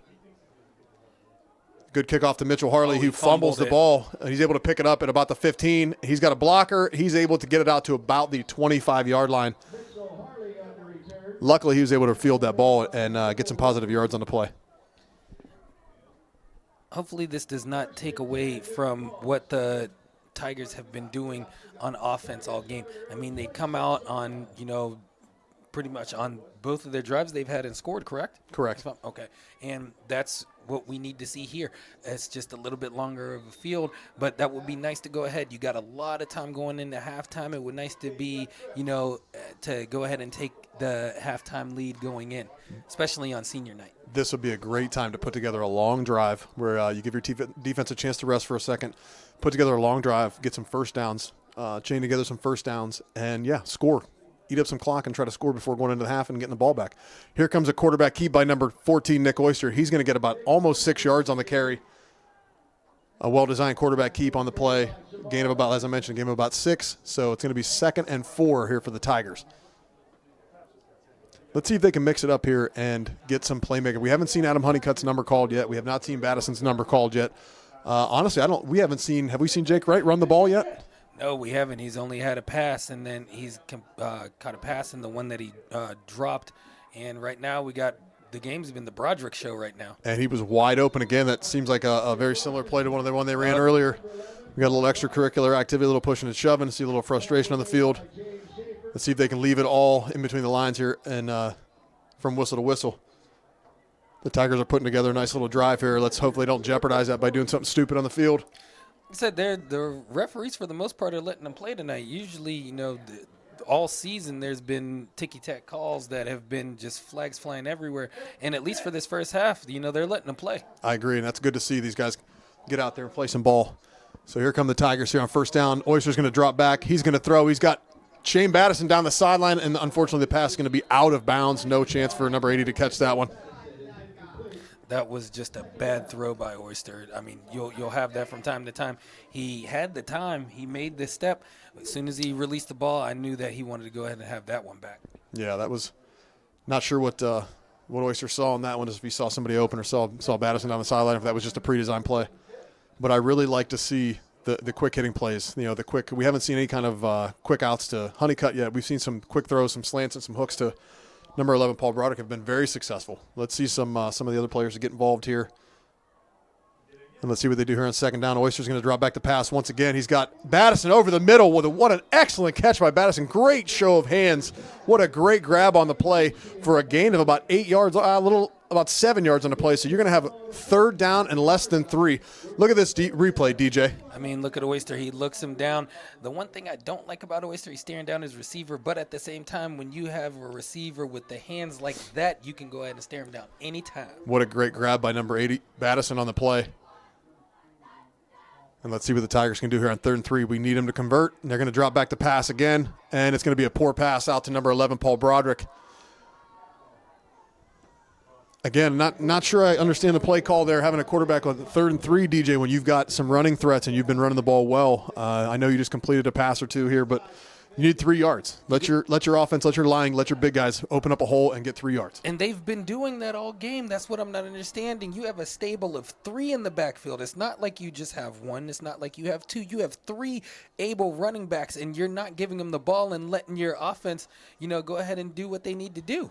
So here comes Broderick on the punt. He's able to get the punt off. It's a decent punt, and it's going to be downed by the Tigers. It looks like about the 24-yard line of Campbell. So here comes the defense back on the field there after that disappointing drive that ended prematurely, unfortunately. It seems good play calling. There's a couple, play calls that I just do not agree with. But questionable. We're up here in the booth and they're down on the field. They're the ones that's, making the calls. I can't go against what they're doing. It's just that, we would do things differently. Absolutely. Especially when you have 3 able running backs in that offensive line that has not, shown any signs of breaking down. And Oyster's had great timing. He's had time to get rid of the ball too. So it's not like they're failing you in any way that you wouldn't trust them. Let's see what Campbell does. They're going to drop back and pass. Here going deep on this one. Out, they got double coverage. And what an looks like an amazing catch by number 8. A one-handed catch in double coverage. Great play by the Campbell receiver. Let's see the replay. Number 2 drops straight back, makes a 3-step drop, plants his foot, and fires a beauty of a pass. Look how much time he had to get the ball out. Look at this catch. Beautiful catch. Goodness. What a catch by number 8. That's that Sports Center top 10 right there. That was a beautiful catch, beautiful throw. So Campbell now has the ball in Newton Falls Tiger territory here at the 45-yard line, and they are driving. They're going to hand the ball off right up the middle to number 7. He's going to break a couple tackles. He's going to be met by number 88, Bryce Moran, down the field, but not until after a long gain on the run. So Campbell's got another first down here with about 7 minutes left to go, a little 7:15 left to go here in the first half. And they're starting to gash these Tigers here, and this is what we can't have, DJ. No, the Devils are making them work this evening, and right now the defense is just not ready or not able to go ahead and keep up with the explosive power that is the Devils. Well, I wonder, and we've talked about this a few times before, DJ, several other games. I wonder if this, again, is caused by the lack of extra defensive linemen. We still run with 3 down defensive linemen and a lot of linebackers. I wonder if it would have better suited the team to add an additional defensive lineman, another big body, and try to even up the matchup there on the offensive line, because that's where it seems like all the damage is happening, is right up front, right in the trenches. And you could even run a 3-5, and that's perfectly fine, but you could go ahead and you could have that monster to come up and be on either side of the ball, so then you could have 3 down linemen, and then you could even switch it up on the outsides to make it a 4-4 set. But right now, it's just not in the cards for the Tigers, and right now they're getting gashed. Yeah, they really are. And I think that timeout, I think the coach is trying to give his defense a little bit of time to catch a breather. Hopefully he's saying some confidence-boosting things here to the defense so they're prepared when they get back out there. 2nd down and short to go. It wasn't too motivating, DJ, because they are all walking back out to the ball. Goodness gracious alive. All right, so let's see what Camel does here. The Red Devils have the ball on the Tiger 22-yard line, and they are driving. Here comes a motion. They fake the jet sweep, and they're going to hand it up right up the middle again, and we're going to another tackle by big number 88, Bryce Moran, but not until Camel's able to get a first down. It seems like that's one of their bread and butter plays. They go ahead, call a man in motion, and either you can go ahead and give it to the motion man, or you could go ahead and give it to the running back on the draw. And right now it's just confusing the Tigers' defense, and they're just getting yards out of it. All it takes is 3 or 4 yards of play, and that's how you average a first down, and that's exactly what Camel's doing right now. And it looks like they're blocking straight up. It's going to be a quarterback keep. He's going to run out to the outside. He's going to get another first down, it looks like, or very close to the first down. He's tackled in bounds. And, yeah, he does. He's going to get another first down here for Camel. It looks like they're going to be first and goal with about 6 minutes and 20 seconds left to go here in this first half. And they are driving very dangerously close to scoring it yet again, as the Red Devils have taken the lead 14-10 already, and they're threatening to score one more time. Right now, the Tigers' defense looks confused. They just don't know what to do as far as, who is their man. A great play, great penetration on that play by number 15, Mitchell Harley. But I think that a lot of that had to do with exactly what you were just talking about. If I don't know if we'll see the replay on that one or not. But the Tigers' defense have got more down linemen. They stuff the interior of the box. You've got 8 guys in the box, and that allows those guys on the outside edge like Harley, Jake Wright, the very athletic, quick, explosive guys, to come in and make plays. You need big bodies in the middle of the field to stuff this run. It's hat on hat. Who wants it more? You've got to get a push, and that's how the defensive line wins. We've got to have guys on the defensive line. Let's see what they do here on this play on 2nd down and 5 to go.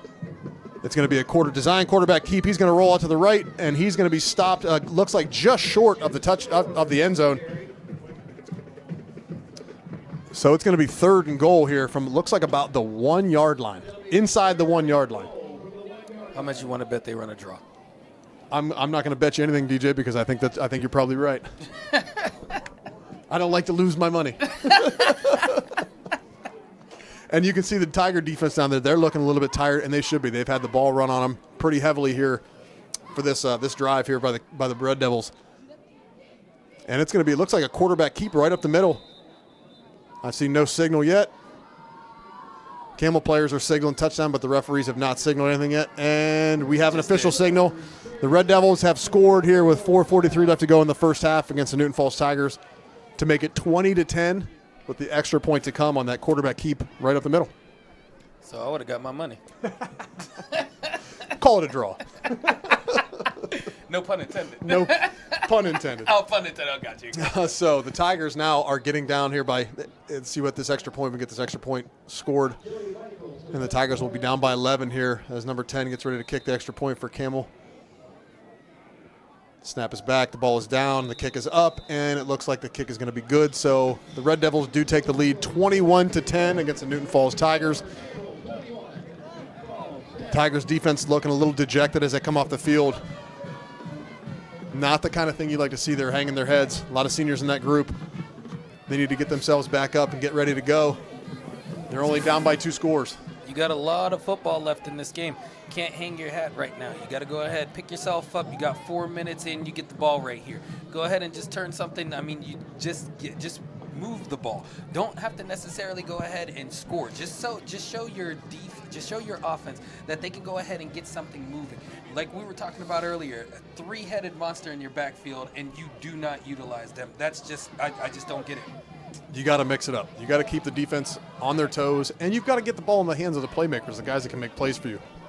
We've got to see that more and more, and we really need to see that. We've got a little over a half of football left here in this season, and these seniors, we want to see them leave it all on the field and put them in the best opportunity to win this ball game. Yeah, this is going to be their last opportunity to play high school football at this level. Go ahead and get some pride. Go ahead and go out there and get something out of this. Leave it all in between the lines. Exactly. Positive yardage. Don't do anything to turn the ball over. Don't create any penalties. Just get some positive movement here. This is what we want to see. This is the momentum that could take you into the second half to go ahead and build you back up. All it takes is 2 plays. 2 plays and the Tigers can take the lead. And let's see what happens here on this kickoff as Campbell gets ready to kick off to number 15, Mitchell Harley, who's back deep to receive. And it looks like it's going to fall between him and McCabe. Harley's going to field the ball at about the 10-yard line. He's going to bring it out to about the 25, and he's going to be hit and brought down about the 26-yard line. So the Tigers are going to take over here on offense at about the same field position they took over on their last drive. Right here, 4 minutes, 36 seconds. Get the ball to your playmakers. Get the ball in the backfield. Let your offensive line go out there and show what they can do. That's what they've been doing in the beginning, and that's what is very confusing about this Newton Falls Tiger team. When something works, they go away from it, and I don't get it. 100%. I agree 110%. And it does kind of boggle your mind a little bit how they have success, great success at certain things, and then they don't utilize those things repeatedly. So let's see if they can kind of mix that up. I'd like to see them go run and then get that play action start working. The play action is extremely effective. We do have Adam Honeycutt down here nearest to us, single man coverage with Jake Wright coming in motion. Let's see what the Tigers do. It's going to be a quick throw. Looks like it's going to be a screen pass out to number 11, Paul Broderick. He's going to get brought down immediately for a gain of looks like about 3 on the far sideline. But we've got a flag down on the play. That could be on the offense. Let's see what the call is on the field. I'm wondering if it's possibly an offensive pass interference. Legal use of the hands against the offense, so I'm guessing it probably was pass interference against the offense. There was a lot of people that were down there blocking and one receiving, and you have a gaggle of refs over there. So in any one play, there could have been a number of players that ended up having the illegal hands. But unfortunately, it's the same thing over and over, getting close to coming into the half, and the Tigers are getting penalties. Well, let's see if the offense can put together something here. So they're behind the sticks now on first down. It's going to be first and long. Let's see what the offense can do if they can put together and get a first down and get out of this hole.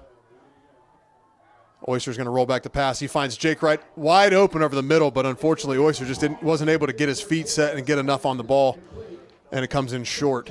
So it's going to be second down, and it looks like about 16. I think second and 16. Yeah, it's about right. So with 5 wide receivers in that last play, Nick Oyster's got pretty much a choice of who to throw to, but he's, again, like I said, he's unable to set his feet and make a good quality throw as he saw Jake Wright break open over the middle. And that would have been Jake Wright's first touch of the ball, I do believe.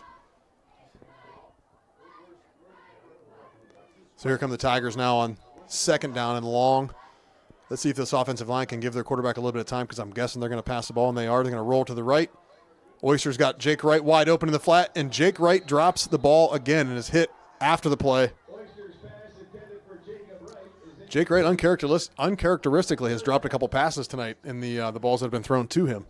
It is a chilly night, and it's if you're cold, you're not getting the ball a lot, blocking downfield. You don't really, especially being put on an island, and that's what's happening right now. He's not getting the interacting in the game as much. I mean, like Paul Broderick right now, they've been rolling with the hot hand. Battison's got the ball only once.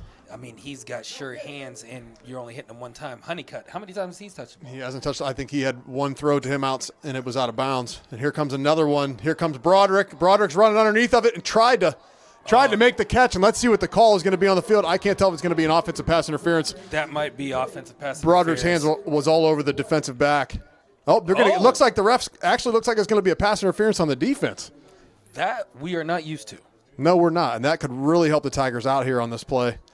It's going to help them get closer to midfield and get a new set of downs.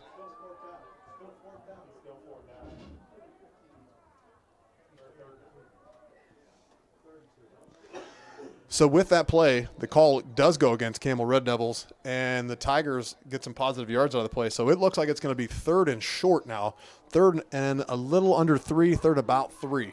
So let's see what the Tiger offense can do. Now they've got a little bit of new life. Let's see if they can just put together a few plays here and get first downs. We don't need a touchdown right now on this play. They need to get a first down, and then they need to get another first down. I do like the package they're coming out in. Oh, and they made the defense jump for the first down. Great discipline, great call. Going with the hard count by number 14, Nick Oyster, on the play, and the offensive line and everybody else staying disciplined. Yes, that's another thing that we haven't talked about all season is the fact that, we are the more disciplined team in this game right now. I mean, 2 penalties back-to-back actually got the first down when they were in deep territory. Well, here they are getting out of deep territory, and they've got a first down here from their own 39-yard line. They got 3 wideouts. Jake Wright in motion. It's going to be a handoff to Paul Broderick, number 11. He's going to try and bounce it outside. He breaks 1 tackle. He's got a blocker. He's got a hole. 40, 35, 30, 25, 20, 10, 5. Paul Broderick is going to be dragged down one more time at about the 1-yard line. He's got to be figuring out, what do I have to do to score one of these long runs? He's just running out of gas, DJ. What a great play. Great hole by the offensive line. I would love to see his yardage because right now, as you look right here, he ends up bouncing it from the left to the right, ends up just stiff-arming one defender, and then after that, he's off to the races. But right now, and... There was a flag on that play. There is a flag on the play. DJ and I have been up here talking about how great that run was, not even realizing there's a flag on the play, and it obviously is against Newton Falls because they're taking them way back. Looked like holding against Newton Falls. Ouch. So wipe that play now. Worried about Paul Broderick's yards. He just lost all of those. And he's going to be really tired. All right, so with that, I did not see the call. I'm guessing it must have been a hold, as Eric, our man down on the field, had mentioned. So the Tigers are again behind the sticks with 1st and 20 now, with about 3:44 left here in the first half. Bad snap. Oyster's able to bring it in, throw the ball away, and he's able to at least get the ball out of his hands and throw the ball away. Good job there by number 14, Oyster, as he peels himself off the ground. Ooh, that was close to almost being that he was close to not being inside the tackle box on that one. That could have been a grounding. Yeah. Well, luckily, he was able to corral that snap, a high snap, uncharacteristic high snap there. He's able to pull it down. As we've seen, Nick Oyster's quite an athlete, and he was able to get that ball out and at least not lose any more yards and get an intentional grounding on the play. Oh, yeah, he had to do the high jump to corral that snap and then have another player come straight in your face, and he's not wearing your jersey. That's definite awareness by Oyster. So here comes the Tigers on 2nd and 18, and they're going to hand the ball off to Christian McCabe, who loses about 5 yards on the play. And it looks like I think there's another flag. Think there's a flag on the field. I can't tell what the call is again. Hey, Eric, what you got down there? There is a flag. We're waiting for the call. And that call goes against Camel. Well, let's see if we can get some positive yards. Thank you, Eric. We appreciate that. I'm loving Eric's jacket this evening. I mean, he is looking very suave down there on the field. It's trench coat weather. I'm not sweating, I'll tell you that. Did you remember your isotoners today, Mr. Thompson? I've got 3 of them on. And your hands are still cold. I tried to light a fire down here and the flame froze. Well, if it makes you feel any better at all, Eric, my feet are still cold up here. It doesn't make me feel better at all. All right, let's see what the Tigers can do here on 3rd down. 3rd and a manageable 9. Nick Oyster's going to drop back. He's looking deep. He's got Jake Wright on a wheel route, and Jake's underneath. Oh, and Jake almost pulls that one in, lays out for the reception, and unfortunately drops that one again. Let's see the replay. Oyster saw his man running on a wheel route, waited, set his foot, and made a beautiful throw. Jake Wright at full sprint, lays out to try and make the catch, hits him in his hand, is unable to pull it in. Would have been an amazing play. Guys, that happened right in front of me, and had he caught that, I think he would have landed out of bounds. That was, I don't know how much more he could have done. Yeah, it was a close play. Thanks, Eric. Appreciate that. Yeah, it was definitely a close play. Unfortunately, the Tigers look like they're going to punt here on 4th down with a little over 3 minutes left to go here in the first half. We really needed a solid drive on that play, on that series, DJ. We really needed to get down and at least get some points on the board. Yeah, I do like seeing down there his guys down there, consoling right there, because just at this point in time, he is not having a good game. And with that punt by Paul Broderick, the ball's going to be down by Luke Dickey at the 30-yard line. And yeah, you're right, DJ. It was good. It's good to at least see you got Dominic Hunt and Mitchell Harley down there, and Adam Honeycutt that were down there talking to Jake Wright. It's always good to see all the seniors talking to each other and trying to get each other up. We still got quite a lot of football left to go here, and it's still a close game. The Tigers have to come out, and a turnover would be great. Just a solid defensive series to keep force a punt, something along those lines. But we really need something. We can't let Camel score here again before the half. No, you got 3 minutes here, and they are on the opposite side of the field. They're on their side of the field. Let's go ahead and see if this Tiger defense could go ahead and carry some momentum to at least try to, stop them for these 3 minutes, or at least, try to get the offense back the ball. So here comes Camel, number 2, takes a snap. It's going to be a handoff. It's going to be a fake, and it's going to be a reverse to number 1 around the outside, and Jake Wright is going to meet him right at the yard marker. He gets pushed down, breaks a tackle, and is able to get, it looks about 5 or 6 yards on the play. What could have been a loss or a no gain turned into a positive game there for the Red Devils on first down. I'm just feeling for Jake Wright right now. He's just not having that good of a game this game. And right now, I mean, that play just last showed it. I do think that he will be able to go ahead and pull himself out. Right now, just slow him down. Go ahead and get them to utilize this time. Just all you can do is just have them. They still do have all 3 timeouts left. I just like to see the defense at least get one big stop. That's what they need, one big stop to get some momentum. So here comes another handoff up the middle. And again, this has worked for Camel all night. As we've talked about, the offensive line is just getting the push up the middle, and we just don't have the bodies or the size, I don't think, to stop the offensive push. They just keep running the ball over and over again up the middle, and Newton Falls doesn't seem to have an answer or isn't trying to answer with changing anything up. Number 7 is hitting hard. I mean, he ran straight at the D tackle and ended up running him over to the point where he got carried over for those 3 yards. Here comes Carter Miller on the play, and he's going to get the sack. Great job by number 52, Carter Miller, on the play. Blows through the line, 3-man pressure. We were just talking about the kind of pressure that the defensive line is getting. You only had 3 men rushed on that, and Miller beats his man and makes the play in the backfield. Great job by Carter.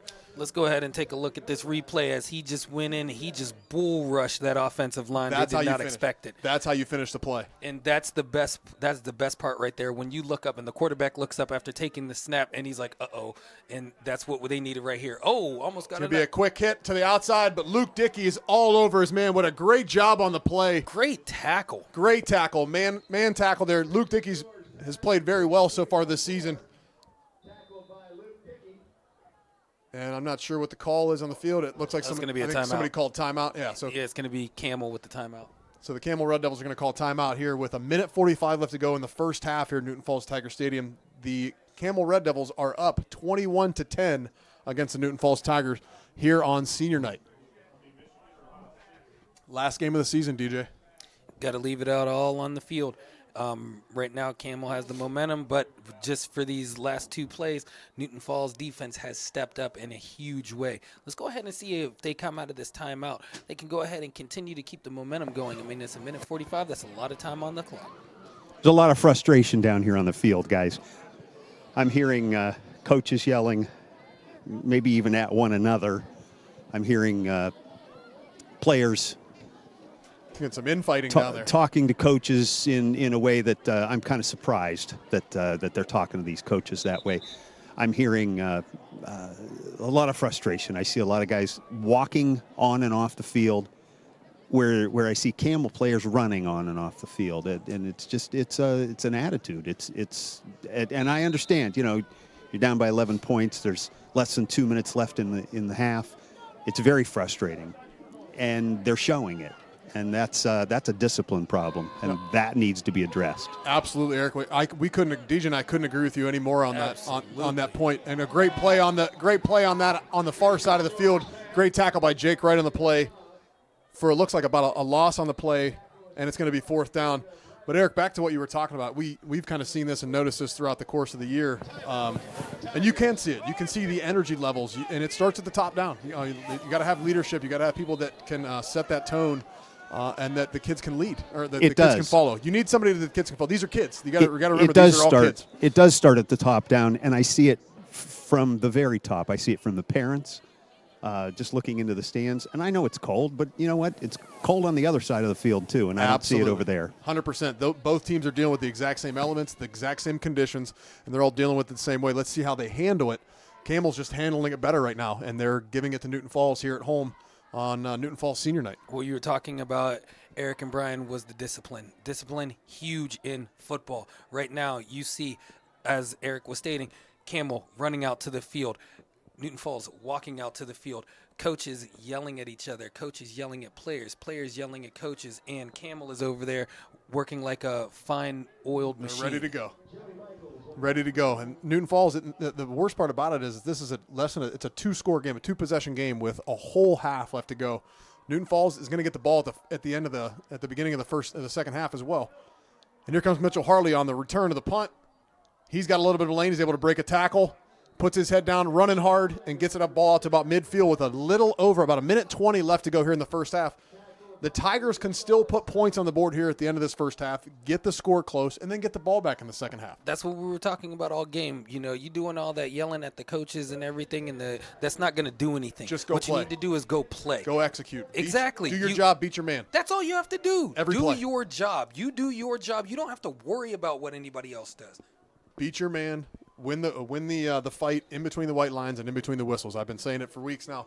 You've got to beat your man. That's your job. Do your job and beat your man. And if 11 guys do that on every single play, you will win. That's just how football goes. DJ, you and I both have played. We both know that. Period. So here comes the Newton Falls offense here with a minute 20 left to go here in the first half. Down by 11 against the Camel Red Devils. Let's see if the Tigers can put together a drive here to finish out this half, put some points on the board, and go into halftime in the locker room with some momentum. Jake Wright's wide open over the middle. He makes the catch, turns it back up. He's down to the 20-yard line, and they are inside scoring territory. They are in the red zone. That's the kind of stuff we like to see from Jake Wright. Let's see if the Tigers can put the ball in the end zone for the half. They must have just heard us up here in the booth. We must be going over the speakers in the stadium because, like we said, do your job. Don't worry about anything else. Nick Oyster gets a beautiful pass out to a wide-open Jake Wright. He finally got his hand on the ball and got a first down. Made a play. Playmakers make plays. Here we go. It looks like I think we're going to get a false start on first down here against the Tigers. Moving backwards, which is the wrong way. See if they can shake this off and put together this offense here for this last minute of the half. 1 step forward, 2 steps back. They cannot hurt themselves and get themselves at least get themselves out of field goal range, which if they keep getting penalties, that's what's going to happen. Well, also, they're not paying attention to the clock because the clock was running the whole time. You should have had a play already designed, ready to go. We've got it. Looks like a sideline warning for Camel's sideline. Well, that was actually a free timeout. And we needed that too because there's 42 seconds left. And I'd like to see a sense of urgency from the Tigers here who still have a timeout. So here comes a snap back to Oyster. He's got 5 wide. He's going to throw one deep to Adam Honeycutt. He's got him in the corner, and he's going to make the catch, but he's going to be out of bounds. Just out.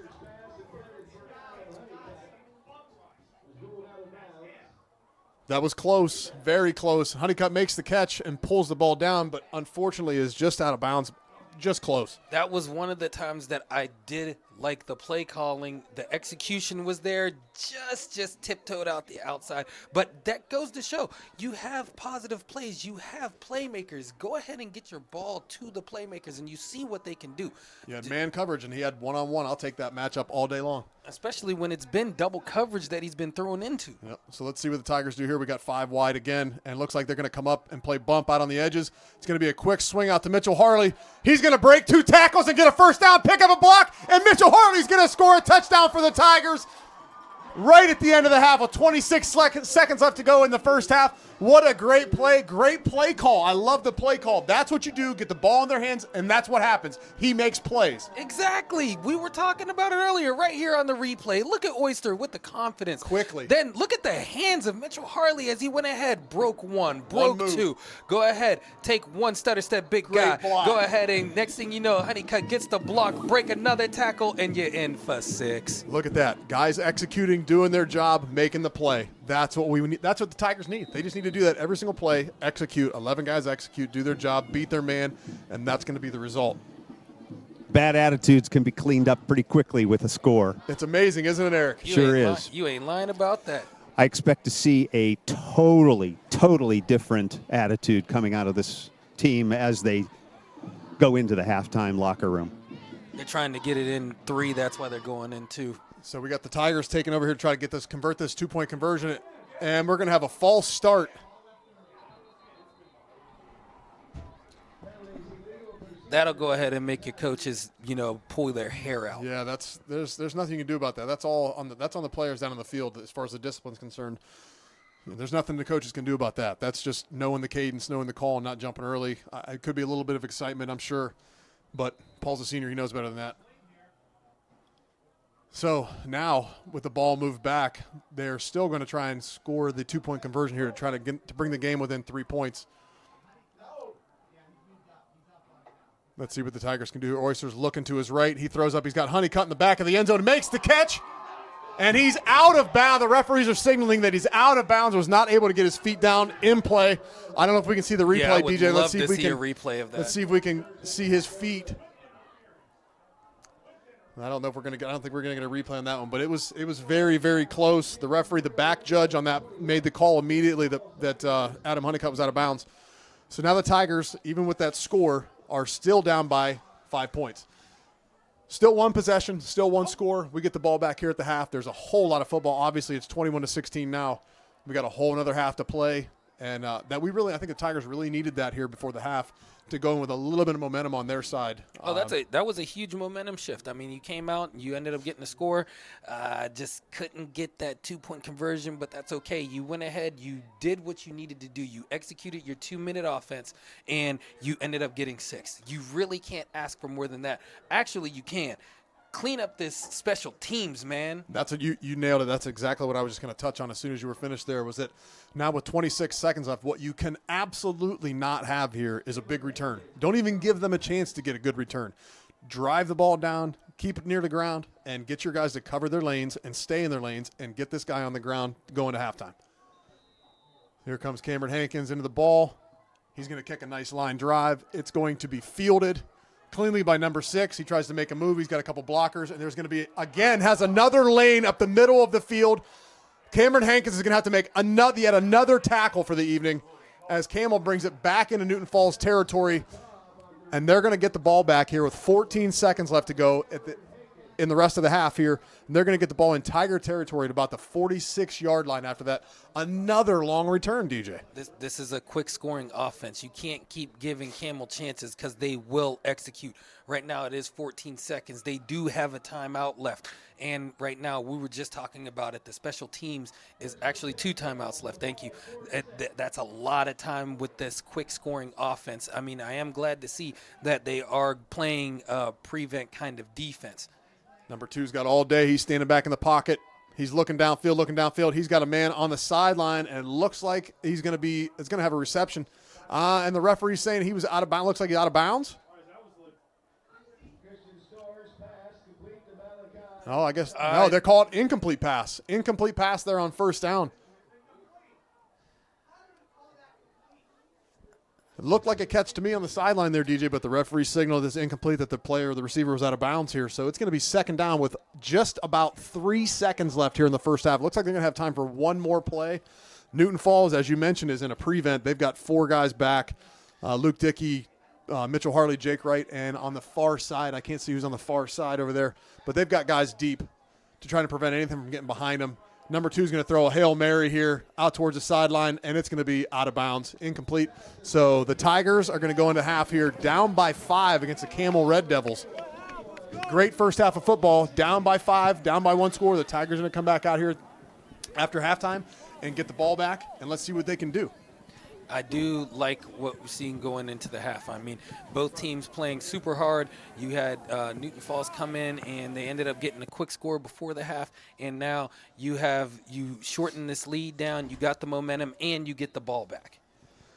They need the ball back. They need to come out here. They need to go into the locker room with momentum and have a good, positive attitude. They have to come back out here fired up in the second half. It's like a brand-new game. They have to come out here ready to go, fired up, excited, and try to take this lead back. But before we go into halftime here, as I mentioned earlier, we've got a ton of sponsors here that I would love to. Before you get into those sponsors, I've got Coach Mike Gillespie. Coach, you're going to halftime. You had You had a good run there at the end with that last score. How do you play? Well, we got the momentum now. We scored right before the half, and we get the ball the second half. So I think we have the upper edge now a little bit. I like that. I like the attitude, and I hope everything continues to go well. It's senior night. It's important for the seniors to finish out strong. No matter what happens, I want them to finish out strong. Good for you. It's important for the senior citizens night, too. So thanks a lot for that. Coach, good luck in the locker room. Guys, back up to you in the booth. Eric, thanks. Thank you, Coach Gillespie. We appreciate that. And yeah, as I mentioned earlier, we do have a ton of sponsors that have been sponsoring our team here all season long, and we really appreciate it. I'd like to run through some of them if we get a chance here before Camel's Band takes the field.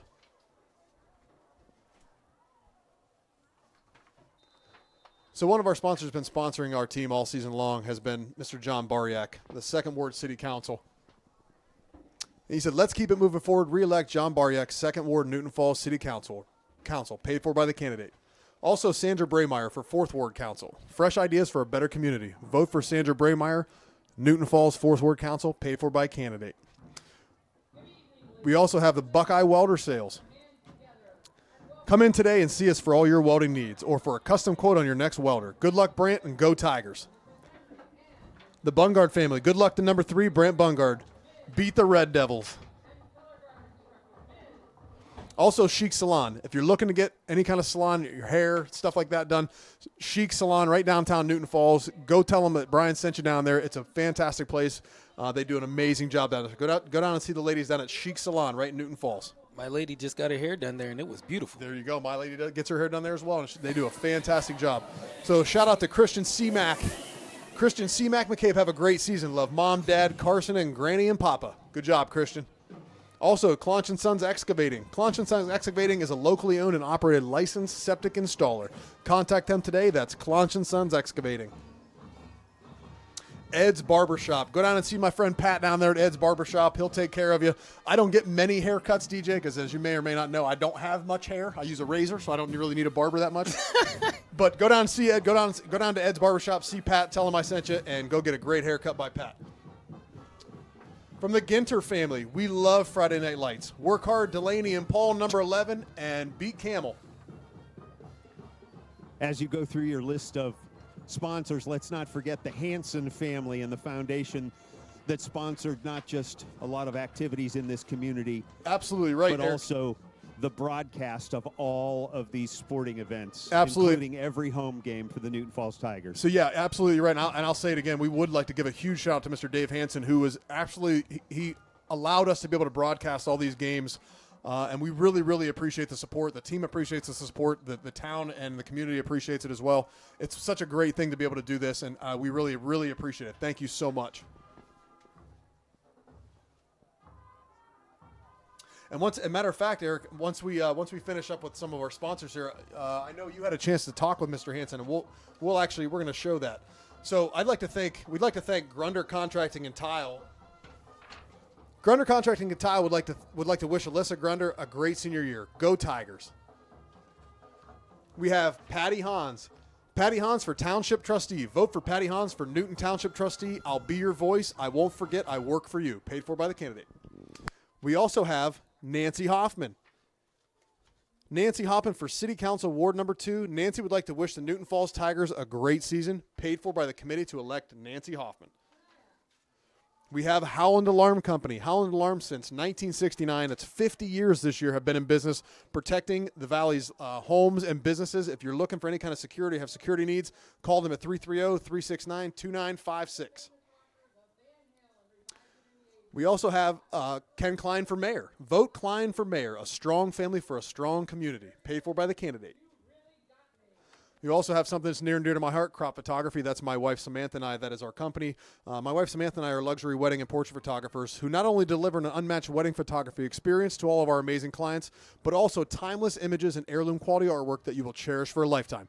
Contact us today at cropphotography.com. We'd love to hear from you. Capture forever with crop photography. And one of my favorite places here in town is Mi Amigo. If anybody's had a chance to get down to Mi Amigo, say hello to Mario. He's a great guy, great place. The food is amazing. The margaritas are delicious. Tell Mario I said what's up, and go down and see Mario at Mi Amigo right downtown. We have Mr. Richard Montville for mayor. For common sense, experienced leadership, vote Richard Montville for Newton Falls mayor. Along with the entire Newton Falls Tiger football team, Mr. Montville supports his grandson, Aiden Knight, who wears number 57 on the field, but number 1 in his heart. Paid for by Richard Montville for candidate.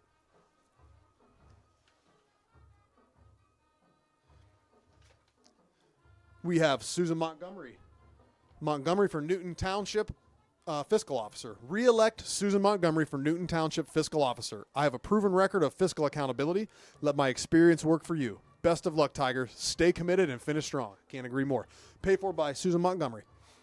The family of Shane Sugar Battison. Have a great year. Love Gaga and Mom. Once a Tiger, always a Tiger. We've got Stone Mulch and More. Stone Mulch and More is a local company with a great reputation of designing and constructing wood or composite decks. They also offer a full line of services to make your outside beautiful. Give them a call and see what Stone Mulch and More can do for you. Substop. Go down and tell my buddy Nick I said what's up at Substop. The food down there is fantastic. I just ate there a couple days ago. As a matter of fact, my whole family did. We absolutely love their food. We love the fact they're local. They're right down here at the plaza by Shop and Save. Go check out Substop if you get a chance, right there in town. Also, another sub shop here in town, Subway. A special thank you to Newton Falls Subway for providing the team meal several weeks ago, and for the football team, for the cheerleaders. Thanks, Subway. We really appreciate that, and we really appreciate your support. We've got Tiger Den Pizza.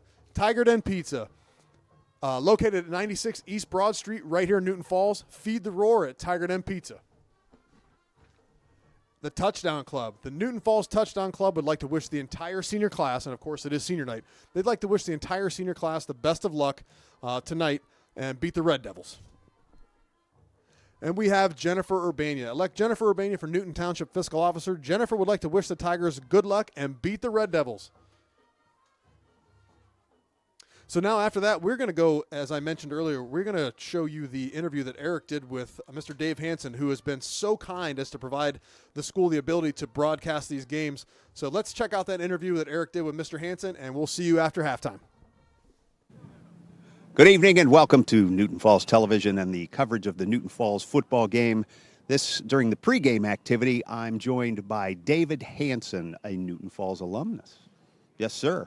And David, you're here because we wanted to thank you publicly and acknowledge your part in these broadcasts.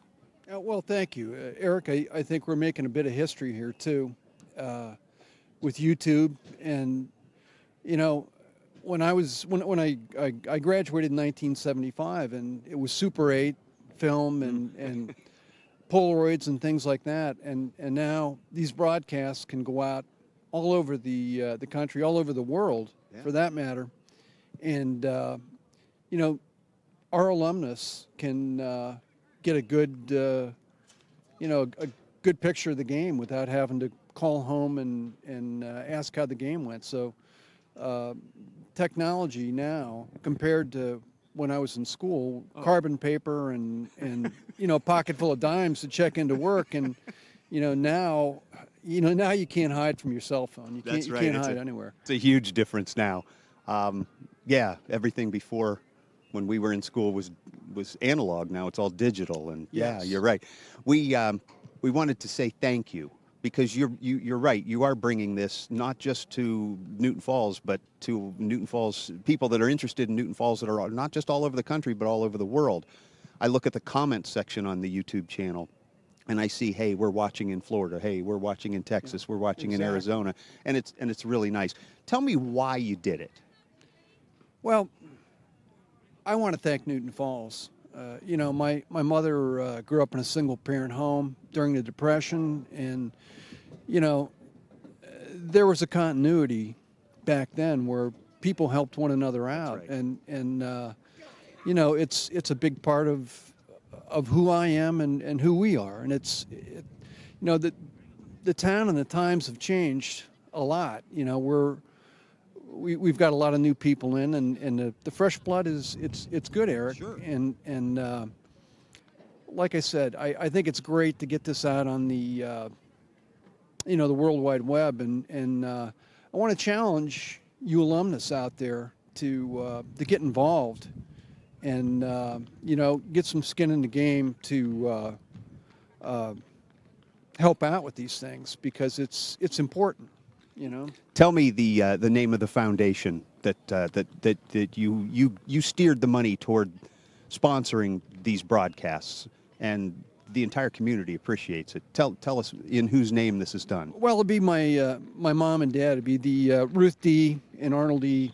Hansen Foundation. That's phenomenal. And like I said, my dad moved here from New York City. My mom was a townie, and my dad was a diehard Indians fan. And I asked him, I go, Dad, why don't you root for the Yankees? Yeah, what's up with that? And he says, well, you know what? This is where I live, and this is who I root for. And Wow. I don't hit the games, but I'm always on the news at night, and I don't care whether it's girls or boys sports. I always am tickled when our local team wins. Absolutely. Dave, thank you. Thank you so Thank much. you, On Eric. behalf of the entire thank you. team at Newton Falls Television, we really appreciate your contribution to this. I'm looking forward to hearing more about the challenge to the alumnus, too. I'm sure we'll learn more about that in the coming days. Dave, thank you very much. Thank you, Eric. Guys, I'm going to throw it back up to the booth, and then big game. Kickoff's just right around the corner.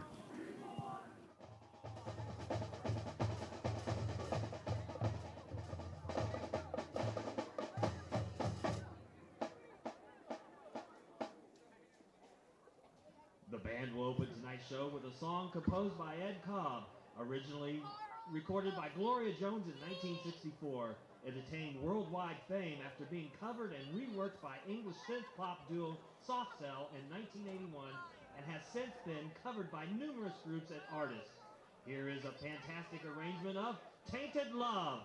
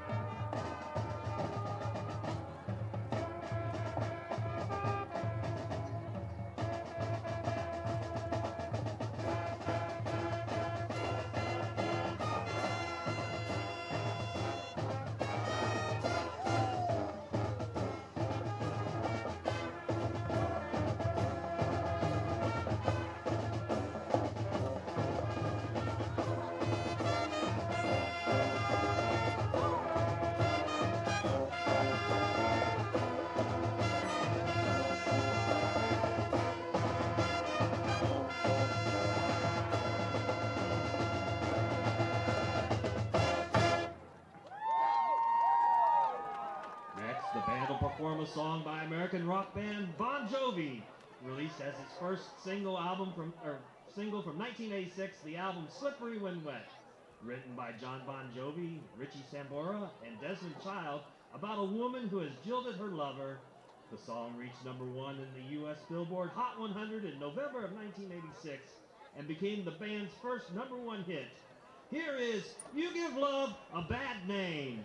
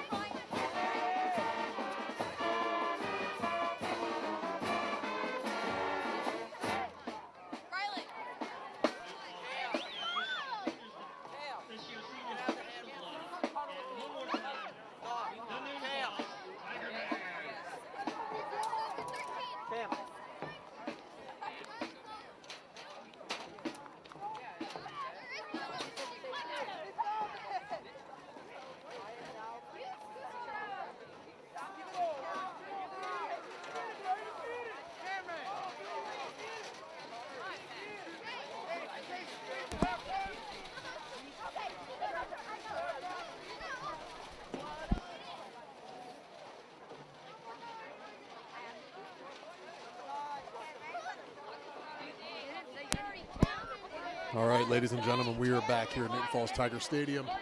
The Tigers and the Red Devils have come back out onto the field. We got about 3 minutes here until the second half kickoff.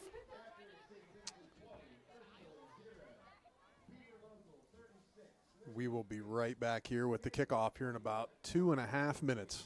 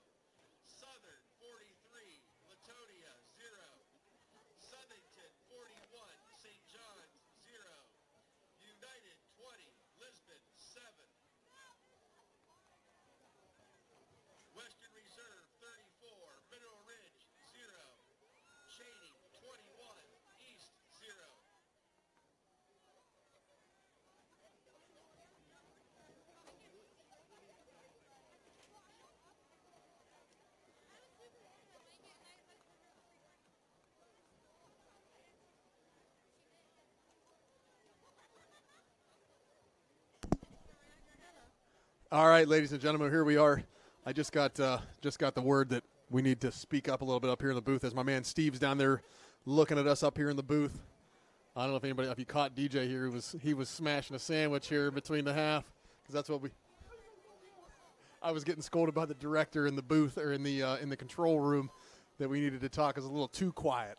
So, yeah, we're up here in the booth as the Tigers are getting ready to take the field here again. They're out there getting stretched out and loose. It is cold, and it is slick down there on the field, and I'm sure coming in after halftime or coming out after halftime, it's going to take them a second to get loose. But the Tigers are going to be receiving the ball here, which is a huge advantage right now as we're down by 5. So to get the ball here at the beginning of the second half here is a huge thing for the Tigers. Hopefully they can turn that into a long, successful drive that puts points on the board. Welcome back, DJ. Hey, thank you very much. You know, those reps that my girl made me were very good. And tasty. Just a smidge. They were nice ham wraps, ham and cheese. I personally ate some concession stand hot dogs myself, and they were tasty. Okay, see, concession stand hot dogs, ham and cheese wraps. Supporting the team, bro. Oh, I'm supporting them. I'm supporting them right here. I'm standing up here in the cold weather. That's support all you need. Amen. Amen to that. Speaking of cold, is our man Eric Thompson down there on the field somewhere? Where you at, Eric? Probably turned into an ice cube. I don't know if he's ready, if he's back on the sideline or not yet. But when he gets back out there, we'll have him come back up. So here we go. The second half is about to get underway here at Newton Falls Tiger Stadium. And the Red Devils are going to come into it. And here we are, underway in the second half. Short kickoff. Short kick, fielded by Mitchell Harley at about the 15-yard line. He's got a little bit of hole, breaks one tackle, but cannot get out of the arms of another. And he's going to be brought down, it looks like, about the 30-yard line. So Newton Falls will take over here on their first possession of the second half, down by 5 against the Campbell Red Devils from the 30-yard line. What I'd like to see here is that momentum carried over from halftime. Huge. Absolutely huge. As you've seen, it came down, scored, didn't get the 2, but right here with this offensive possession that they could have, this can be an easy 6, what they need to do. 3-headed monster, and your receivers are coming alive now. So give Oyster some time, which the offensive line has done. Go ahead and just trust in your QB now. Mix up the play calls. Keep the defense on their toes. Don't give any obvious plays away that you know that you have to pass or have to run. Mix it up. So here we are in first down. It's going to be a straight give to Mitchell Harley, number 15. He's got a lead blocker. Jake right out in front of him. He's got the edge. Oh, that should be a horse collar. Tackle. And there's there we go. We got a flag from the back judge. So the back judge saw that. The guy. So riddle me this. Absolutely. You have the guy standing right there Didn't on the see it. sideline and did not see that, but the back judge is going to call it. Absolutely. Ridiculous. It is ridiculous, but we will take that call and tack that on. As you can see here, the handoff. Great play design. A nice seal block by Paul Broderick, number 11 on the outside. Following his lead blocker, number 1, Jake Wright, and you can see the horse collar right there on the call, right there in the back of the neck. Nice of number stretch 15 play. Mitchell. Yeah, excellent Huge. play call. Great way to come out. First, Exactly, and you just took the words right out of my mouth. That's how you come out of the half. You go ahead, get the ball to your playmakers, which we have said, and what have they done? Take it to the promised land. we all know who the playmakers are. There's no secret. Give it to them. Get the ball in their hands in space. Let them make a play. And these Ooh, snaps, we've that's got to that. get these snaps down. Nick Oyster's rolling out to his right. He's got a man, and it's going to be intercepted. intercepted. Number 21's on the outside, up the sideline. He's got 2 Tigers left to beat, and he's unable to beat them. He's tackled by number 14, Nick Oyster, on the play, and Mitchell Harley also. That was the opposite of what we needed to happen right there, DJ. We had the ball. We just ran the ball, had a nice run on the last play. You've got somewhat of a broken player with a busted snap, and Oyster's just trying to force this one in here to Jake Wright, an undersized receiver, and the safety was just able to play center field there and just came up with the ball. What did we say he did earlier? He was throwing in a double coverage. What did he do just there? He was throwing in double coverage. with his you eyes, can't yep. do that. You're eyeing your receivers gotta be down. smarter than that. The safety is creeping up on that. He sees you. You're man-to-man coverage with the cover zone. There's no threat over the top. There's nobody that's going None. to beat that safety deep, so the safety can just watch into the backfield, and that's exactly what he did. Watch Oyster's eyes. Number 7 takes the handoff here, bounces it outside, and is hit by a couple Tigers after a nice gain on the play. Looks like a gain of about 6 on first down. So it's going to be 2nd and 4 here for Campbell as they're driving now after that interception. That was a huge interception, huge momentum swing. The Tigers absolutely needed to score, get some kind of points on that, and put together a drive, and we got the opposite out of them. 2 steps forward, 3 steps back. Here comes another handoff, and what a great play up the middle. Chris Wilcox busts through, beats his man, and makes a play in the backfield. We haven't seen enough of that tonight. No, we have not. So another big play here, 3rd down for the Tiger defense. Got number 24 coming out of the field, Damian Pendleton. And it looks like Mitchell Harley holding his shoulder as he's coming off the field. Uh-oh. Not a good sign. So here comes Campbell motioning the receivers. They got 3 wide receivers to the right. It's going to be a pass, dropping straight back. Looking to his left. It's one-on-one coverage. And it's going to be a touchdown in the corner of the end zone. Campbell.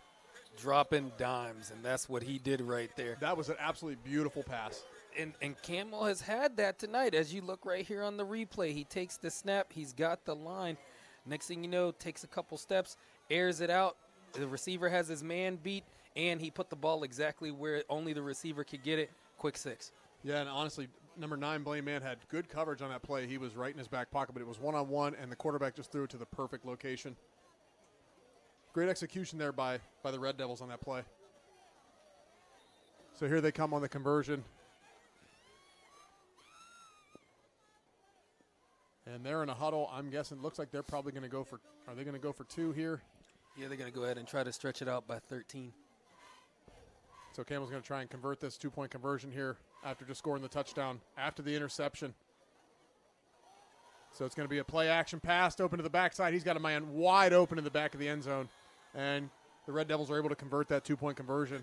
I'm going to say that's exactly what you want to do as an offense. They had everybody looking right. One guy steps out of the back, sneaks out, wide open, easy 2. Well executed play, and unfortunately, as we see the Tiger defense walking off the field here, obviously dejected after that play. I don't think they really expected to come out here and turn the ball over on that first possession and have the defense take the field again, and they gave up a quick score. I mean, that's what happens when you get, turnovers, usually lead into points, and unfortunately for the Tigers, it did for the Devils. Well, we've got a lot of football left here to go still. We've still got over 10 minutes left here in the third quarter, so we've got about a half of football left.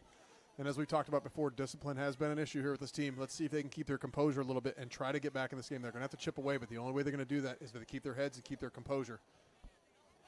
Hopefully the yelling and screaming and arguing and those kind of things don't start happening more and more heavily down there on the sideline. You start losing some of the seniors and stuff. They know this is their last game. This is their last chance they're going to have to play on the field tonight. Sometimes leads to some dumb decisions. I will not disagree with you by any means. Like you said, we both play football, and just to see, how the team has responded to the coaching and, to adversity, it's just not something you would usually see in a well-disciplined team. Well, let's see if they can get it cleaned up here.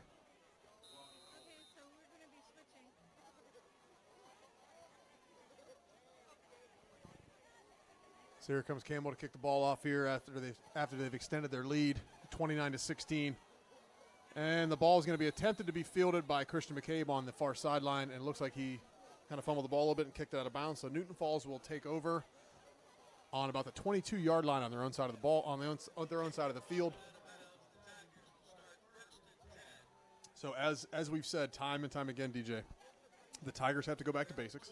They have to put together a drive. They need to get some first downs, move the chains, build some confidence back up. You can't win this game in one play. You're not going to win this game in one snap. You just need to put together a drive, get some first downs, and then play defense. It looks like that's what they were trying to do the whole time is, just try to chip back, but instead of chipping, they were chunking. And unfortunately, when we were talking about before, earlier broadcast chunk plays, that was not one of the instances that you needed to get them because now you ended up costing yourself a turnover and you gave them 6. So here we go on first down. It's going to be a handoff up the middle to Paul Broderick, a nice little counter play. Looks like he's going to get a short gain there, about a yard on the play, so it's going to be 2nd and 9. The only thing I see here, DJ, with those type of plays, and that's it's a pretty standard play that the Tigers have run all season, is that if you're not giving the ball to the guy on the jet sweep, you're not really there's no point in having a fake. If you're never going to give that guy the ball, if you're never going to let him run the jet sweep and then run the counter, you're not changing the tendencies at all. They know exactly what to expect every time. And that's what you do when you go into film. When you go into film and you see that, you're going to go ahead and execute to their strengths. And right now we have Oyster with a completion to Broderick. Yep, Broderick with a nice catch over the middle there. Oyster was able to set his feet and fire in a laser into Broderick, who makes a sliding catch near the 40-yard line, about the 38, and we're able to get a first down on the play.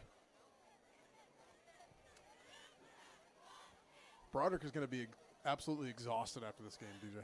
I mean, he's ran from end zone to end zone pretty much nonstop, and then no breathers in between. Let's see that's how you leave it on the field. Everything in between the white lines. Let's see what the Tigers can do here on this should be 1st and 10. Oyster sets his feet. He's got Jake Wright open, but again, the ball's a little bit high, sails behind his receiver, and he can't pull it in. If you looked at the mechanics on that throw, they were bad. It was just Oyster throwing really, off the back foot. As a young quarterback, he has to really work on I'm not sure how much coaching he's getting or if they have somebody on staff that has quarterback experience that can teach that kind of footwork and how to really get his body control and that kind of stuff. Because he is, like I said, he's an excellent athlete, a multi-sport athlete, plays baseball, pitches and stuff like that, and he's a fantastic athlete. But those kind of things just come with experience and coaching, and you need to be taught how to set your feet and make a good quality throw. Right here on 2nd and 10. So Oyster was actually going through his progressions on that play. He had Paul Broderick look like in a wheel route, and that's who he was looking for, but it looked like he had Battison come across the field and tried to set his feet and make that throw. Offensive line, as you mentioned earlier, DJ, has given him plenty of time. He had all kinds of time on that one, just couldn't deliver a good throw. This is one of the games right now where I say the big uglies are leaving it out there on the field because, they are getting time. The holes are opening for the running backs when they go in, running draw plays, running sweep plays. The offensive line is playing lights out tonight. Unfortunately, they're just not getting any help. Let's see if we can get some yards here on 3rd down. Oyster's eyeballing his receiver. That pass was to Christian McCabe the whole way. He was watching him out of the backfield, but unfortunately he wasn't able to come up with the reception on that one as Oyster line drive to one of the defenders in the back of the helmet there. Yeah, that was number 50 for Gamble. He ended up taking a doink in the helmet. So here we go, 4th down now. Tigers are going to punt. Broderick's going back to punt here. And the Tigers are still down by 13 here with 8:51 left to go here in the 3rd quarter. Still a lot of football to go.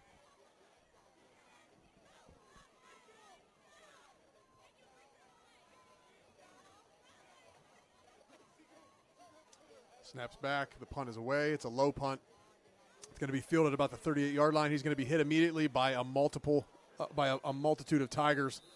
And he's going to be brought down about the 44-yard line. So Camel's going to take over here at their own 44 for their second possession here of the second half.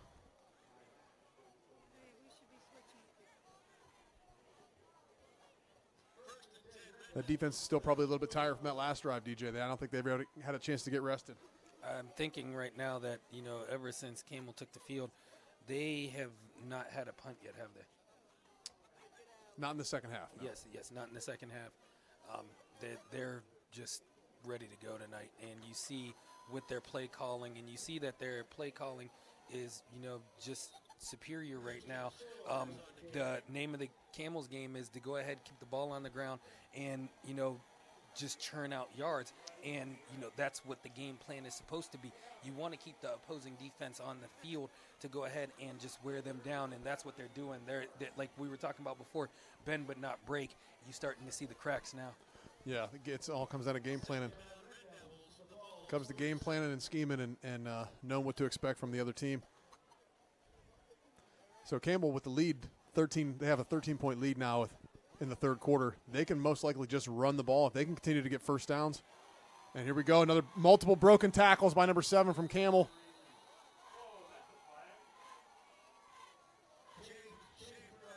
A little bit of a late hit there at the end of the play that wasn't called. As you can see, Campbell's they're just driving the ball. Their guys are beating our guys. It's just hat on hat. Campbell's running the ball up the middle. As you can see, he's going to be tackled here by Mitchell Harley towards the end, and Jake Wright as well to clean up the play. A little bit of a shove there towards the end of the play that wasn't called. The refs are just letting them play here. But I think that's a little bit of frustration coming through the Tigers. As you can see again, there's a penalty on the play. It's going to be encroachment, offsides on the defense. So Campbell's going to get an additional 5 yards here that we can't afford to give them. We were talking about the discipline, and it from what I've seen the whole season. First quarter, great. Midway through the second quarter, going into halftime, starting to get a little bit rocky. Depending on the score, also, right, yeah. And then the adversity hits, and they just don't know what to do. There goes another first down for Camel as number 2 runs around the end on the quarterback keep. And they're going to get another first down on the play, tackled by number 15, Mitchell Harley. And this is just going to be what we can expect most likely for the rest of this game. Unless Newton Falls can get back on the board and get this score any closer, you can expect to just see Campbell just run the ball, pound the ball down their throats for the rest of the night. If it ain't broke, don't fix it. Exactly. And if the other team hasn't shown the ability to stop it, why change anything? They're not going to change anything or do anything different. They're going to expect the same results. So Campbell's going to line up here, first down. It's going to be an option to pitch out to the right-hand side. Running back number 6 is going to be tackled. Looks like for a loss or no gain. Great pursuit there on the play. Multiple and flags. We've got flags on the play. I don't know. It looked like the Camel player got up into Broderick's face. They started jawing. Hard to say they were jawing. Yeah, they were definitely jawing a little bit. Let's see what the call is on the field. The refs take their time to make the signal. Let's see who it's against.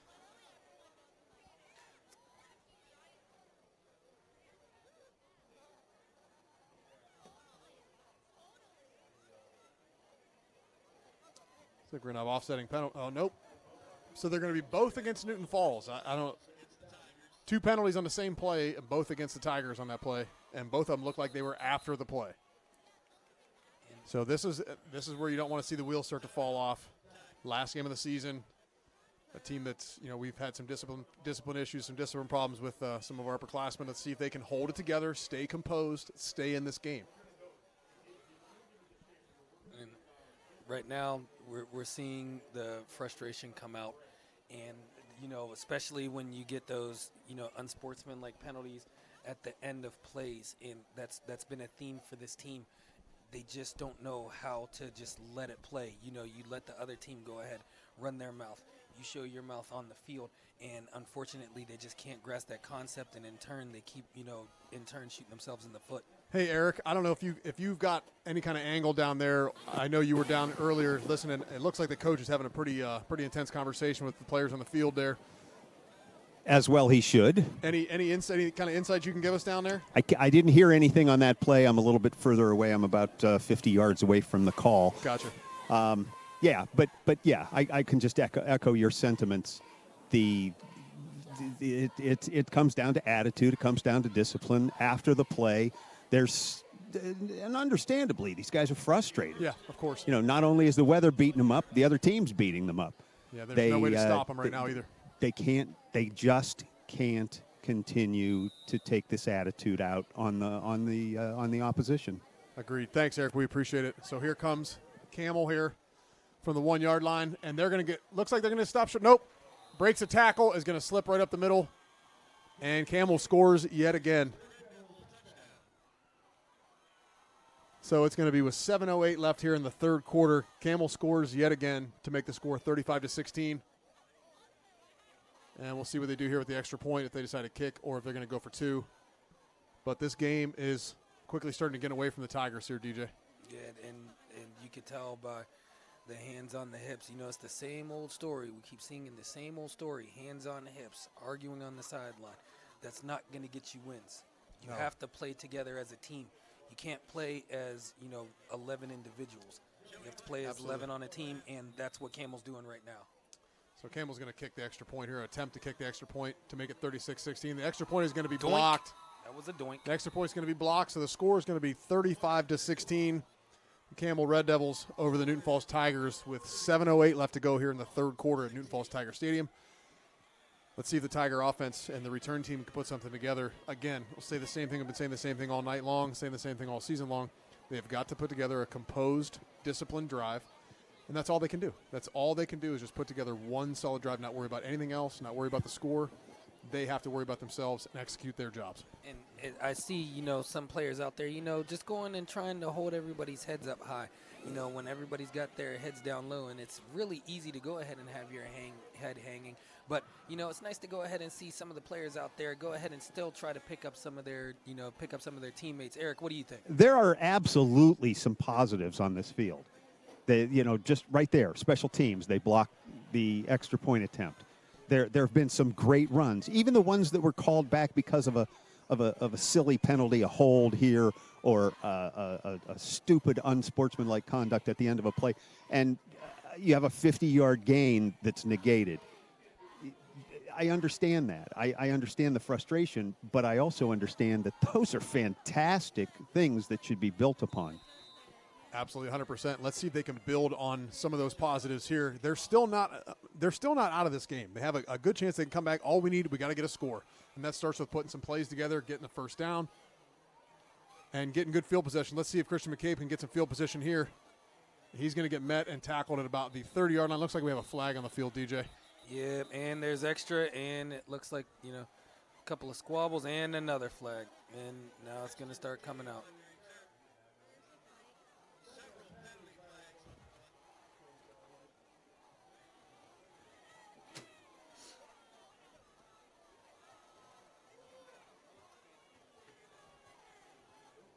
I'm not sure what happened on that play, but it looked like some extracurricular activity there after the play again.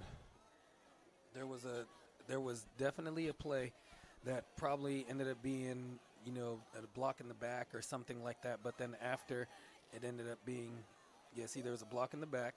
And then, there ended up being a lot more after that. Now, did they just call it for that? Because it looked like there was multiple flags.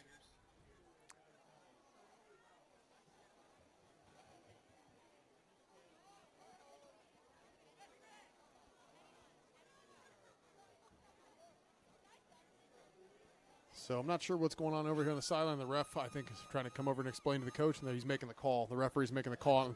Unsportsmanlike on the Red Devils. So that was the multiple calls with multiple flags there.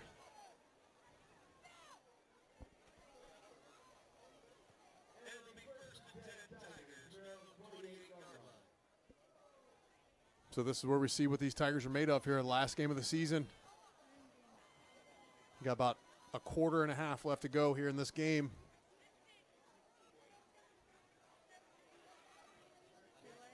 Down by 3 scores, DJ. They got to answer. You got to do something on this drive. That's plain and simple.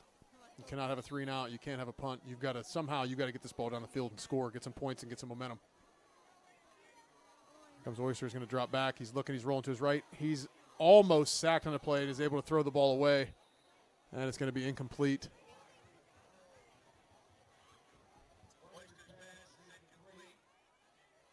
So here we go on 2nd down and 10. Even though we're down by 3 scores, DJ, I still think they should be running the ball. I still feel like they should be running the ball quickly, operate quickly and efficiently. These are taking forever. These plays are taking forever. Even on an incomplete pass. I mean, I know it's an incomplete pass and the clock has stopped, but it takes forever. There's no sense of urgency. They're down by 3 touchdowns. There's no sense of urgency, and they're not doing anything that's been effective. And that's what you think you would do. Go ahead and speed up the play just because of the fact that you don't have a lot of time. You're running these plays and, oh, man. Oyster throws one up to Honeycutt.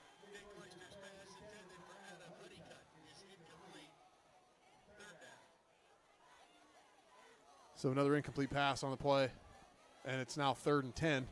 So obvious passing down. I don't think the Tigers have any choice here but to pass, and I think Campbell's going to know that, of course.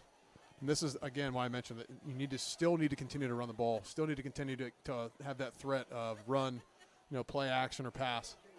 And we haven't done any of that. None whatsoever, and that's quite dejecting. And as you can see, the players on the sidelines, it looks like, I hate to say it, but it looks like they just want to get the game over. Yeah, body language. So here comes the offense here on 3rd down. Oyster's going to drop back. He's got men in his face. He throws the ball back. He's going to be picked off over the middle by number 7. The pass is intercepted by number 7. Oyster's Nick down. Oyster is still down on the field on the play. It looks like we're going to have a roughing the passer call. He speared him right. He speared him right in the face with his helmet. That player should be ejected. I mean, you that's clearly that's saw absolutely that on the replay. That's absolutely uncalled for. He launched himself and led with his helmet, and that's absolutely inappropriate at any level. That's how people get seriously, seriously hurt. Now, just to clarify, I don't know if the player that was his intent. I mean, obviously things happen faster, bang bang plays, but nonetheless, we've got our junior quarterback, down on the field now after getting speared right in the chin. Hopefully Nick Oyster's okay.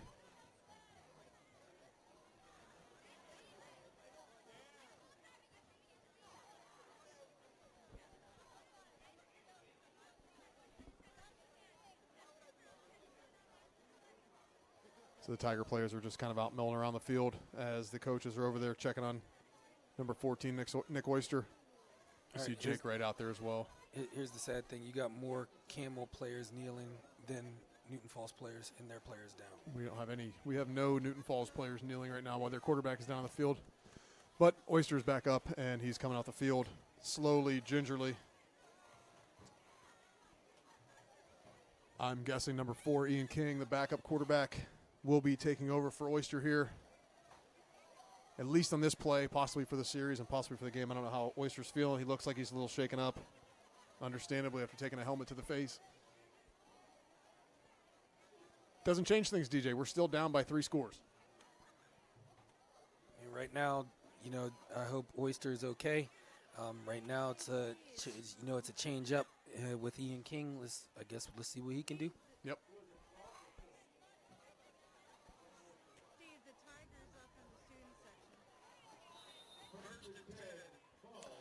So taking over for number 14, Nick Oyster, is going to be junior Ian King, number 4. Let's see how Ian runs the offense. Ian's going to take it, run it right up the middle, and get a nice little gain of 5 yards. Finds the hole.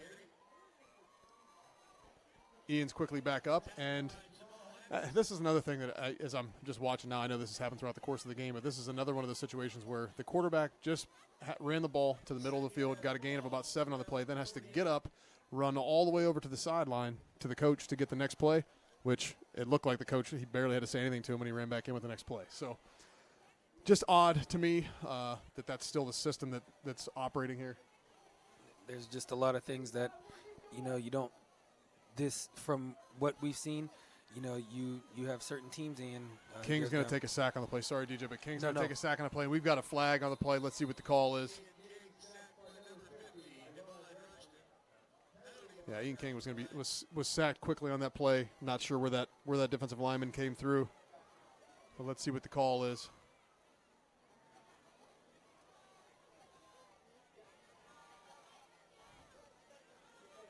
And it looks like Oyster is going to be coming back into the game as well. And it's going to be against the Tigers. It's declined.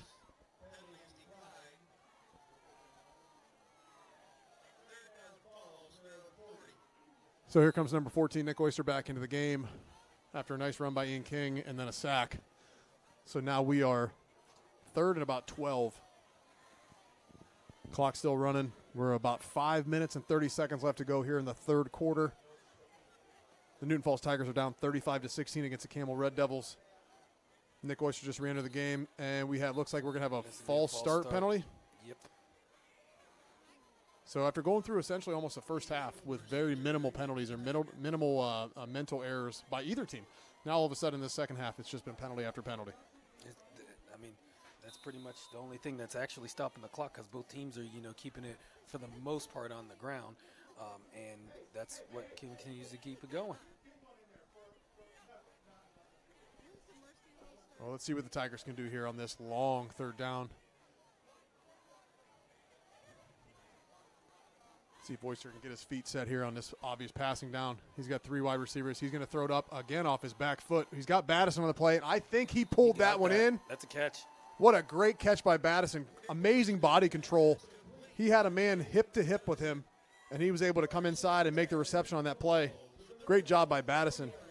And we're up to witness. We're up to the witness. Talk about witness. Look what we're seeing right now. We've got a great aerial shot here of the Tiger Stadium. That looks absolutely fantastic. I wish the score was a little bit different right now so we'd have something to kind of be excited about. But as you can see, look at Newton Falls Tiger Stadium. Looks like the crowds have thinned out a little bit of cold here in the Tiger faithful. When it starts to get real cold and you're down by 3 scores, it's hard to be faithful. Oh, absolutely. Even though he dropped it. A good pass by Oyster out to the flat, but unfortunately dropped by Broderick. Second down.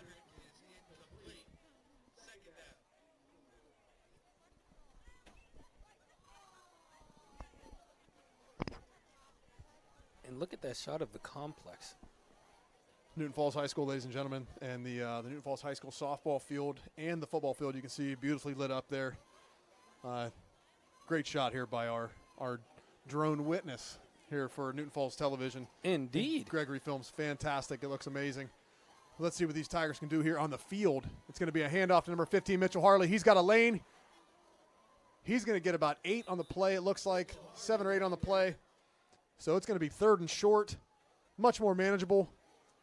There, look at Harley turn it up. He's got some good blocking. Broderick blocking on the outside. Great job by Anthony Scaldone, too, number 77. One cut and go. That's what it was. One Downhill. cut and go. We've said it from the beginning of the season. Mitchell Harley and Jake Wright both have the innate ability, and Broderick as well, to get that upfield running, that downhill style where you find a lane, you make a decision, and you go full go. You put your head down, you run somebody over. And there goes another. And there goes Mitchell. Let's see. Harley. He just, exactly like I just said, Mitchell puts his head down, gets a first down on the play, and then a few more. That's a first down. And that's another first down. And that's exactly what the Tigers need to do, put together some first downs. That's some what good chunk plays. We've been talking about this all season long. That's what I don't get. You go with something, it works, and then you go end away up from going away from it, and it turns into a turnover or points for the other team. What we need to see is them go run plays off of that play. You got that play, that's a counter play to Mitchell Harley. Now you need to run the plays to change the tendency up that looks like they're going to hand it off. The play actions, the quick hitting plays. You got to mix it up. And it's going to be another give right to Harley, and he's going to get met in the backfield for a loss of about 4 or 5 yards. That's my thoughts exactly. Up, good. Look there, John. And so now we got another oh flag on the play. goodness. I'm not sure who this is. It's hard to say who this one's going to be on because both teams are jawing.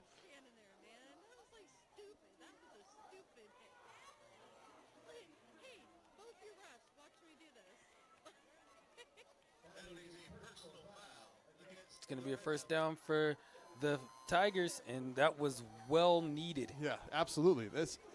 This is the only way the Tigers can keep the momentum and get the momentum. They have to get the energy back up. They have to get some points on the board here. They need a touchdown. They absolutely need a touchdown to stay in this game. This is a score or bust right here. They got to score here. I mean, they've been getting gifts from the Red Devil defense, and they're actually keeping them on the field. Speaking of on the field, Mitchell Harley is not on the field. He came out for this play. Got Damian Pendleton and the pass to the back of the end zone is going to be incomplete to Shane Battison. Yeah, number 24, Damian Pendleton, was in on that play for Mitchell Harley. It looks like Harley may be coming back in for this play. I'm not sorry, sure. I don't understand that play calling. It's just not feasible for that time. You're throwing to the short side of the field, one-on-one coverage, when the man actually had the The Wide side of corner, the field, yeah. the corner had his receiver beat and had a play on the ball. Why? Run the ball. Run the ball. So we got a 4 wide receiver set, 5 down linemen, and Mitchell Harley in the backfield here. Throw into the corner. You got Adam Honeycutt's all alone, and he mossed him, DJ. Ooh, we said we needed a score, and we got a There score. it is, a nice pass by Oyster to the back of the end zone. Honeycutt was able to get some separation from his man and was able to pull that one in. Oyster took one step and launched it, and next thing you know, bam. Touchdown Honeycutt. Absolutely. So with that, the Tigers are now down 13. And there go the fireworks. I don't know if we can get a shot of that with our witness drone. I don't know. I don't think we saw the fireworks going off there, but that'd have been kind of cool from the air. So with 2:41 left here in the third quarter of the final game of the season here on Senior Night at Newton Falls Tiger Stadium, the Tigers are down 35-22 with Cameron Hankins' extra point kick up and good. So with that, the Tigers are now down 35-23 with, as I mentioned, 2:41 left here in the third quarter. Still a ton of football left to go, DJ, and the Tigers absolutely needed that. Oh, yeah, you got a lot of time left. You still are you're at the bottom end of the third quarter. You still got the fourth quarter, and that's where, you leave it all on the line. Both of these teams, after this game, it's over. So you might as well go ahead, leave it all out there, and just enjoy the time while you have it. Absolutely. Let's see if they can build. They've got to build off this momentum. They've got to get a good stop. Good coverage here on this special teams, on this kickoff here. We've got to get good coverage. Got to. There's no question right here. The kickoff team has been terrible, and I mean just terrible at, letting Camel just go ahead and break through. Camel's return team, they got to be in the triple digits for return yards. Absolutely. They've got to button this up. They've got to stay in their lanes, and they've got to collapse on the middle of the field whenever the ball's coming up. Somebody's got to make a tackle.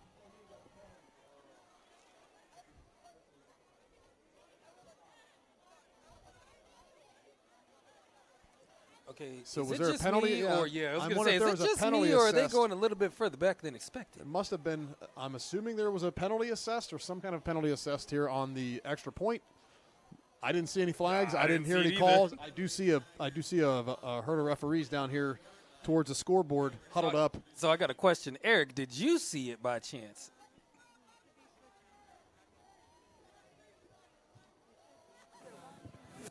No, I don't know what that was. There was signal, definitely no penalty flag on the ground. Thank you, sir. The referees are still down here in a conference. I don't know what maybe they're talking about how cold they are. I don't know. The other referees are waiting on them. They might be talking about your isoturnus. That could be. They want your coat. And the decorative sash you have on. I may ball them up and light them on fire to stay warm. Stay warm. There you go. And we're going to have a short kickoff, and there's a whistle, and it looks like the kickoff's been blown dead. Extremely confused here by what's going on down here in the field. Not sure exactly why the ball was placed on the 25-yard line to kick off. If I had emojis, I'd have a whole bunch of question marks. Question on my marks, head. yeah, absolutely. Just question marks.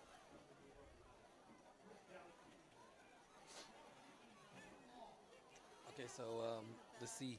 We have Eric over there talking to one of the referees. What kind of information did you get from him? He shrugged his shoulders and said, "I don't know." Fantastic. So even the side judge was not in on that last call. That is great reporting right there. Now that's a good kickoff. Wow. We finally got a good kickoff and good coverage on the ball. Campbell's going to take the ball over here at their own 21-yard line. That's the best kick coverage we've had all night, DJ. You ain't lying about that. And it was, error on the return team. He thought that the ball was going to roll out of bounds. The field conditions right now, Almost go slip ahead and fell, and just the ball just died in that spot, and you can't do anything but cover it.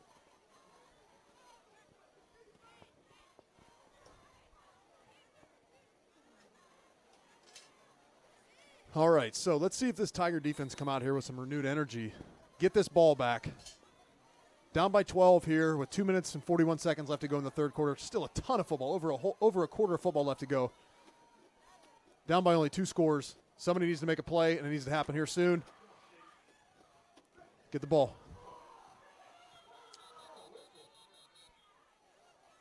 Oh, no flag. Wow. So we've got all kinds of exciting things going down on the field here. The referees are really just letting them play here, DJ. I mean, they're. I will We say both saw they're that. yeah, they're a little bit more loose than usual. So, Eric, what do you think about that play? I'm shocked that there was not a flag thrown. So are we. So And the are only we. thing I can think of is that they're just going to let this clock run as best they can. They're cold too. Oh yeah, like they're less dressed than we are, especially less dressed than Eric. You know, rocking the nice long trench coat with the isotoners. Let's see what this Tiger defense can do. Hold him down here. Quarterback keep. And he's going to get tackled for no gain or a very, very short gain here on first down.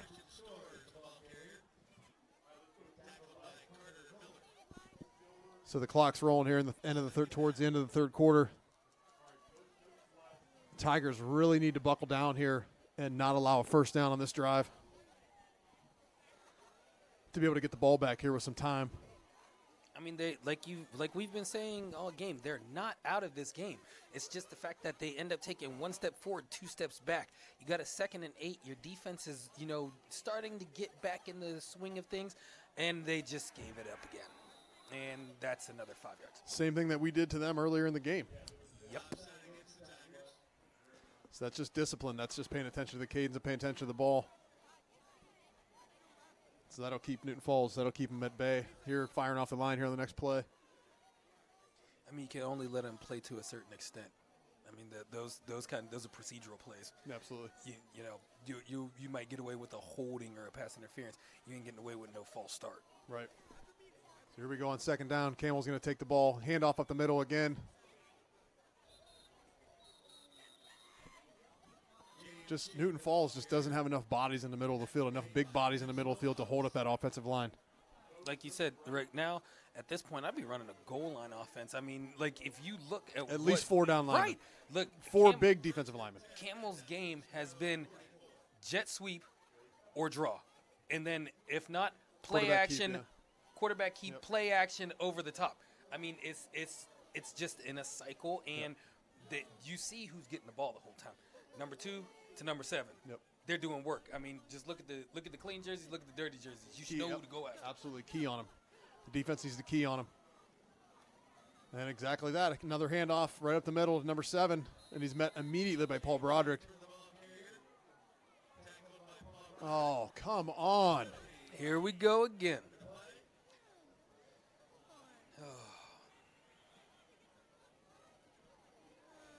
So we definitely got some pushing and shoving there at the end of the play. Frustration.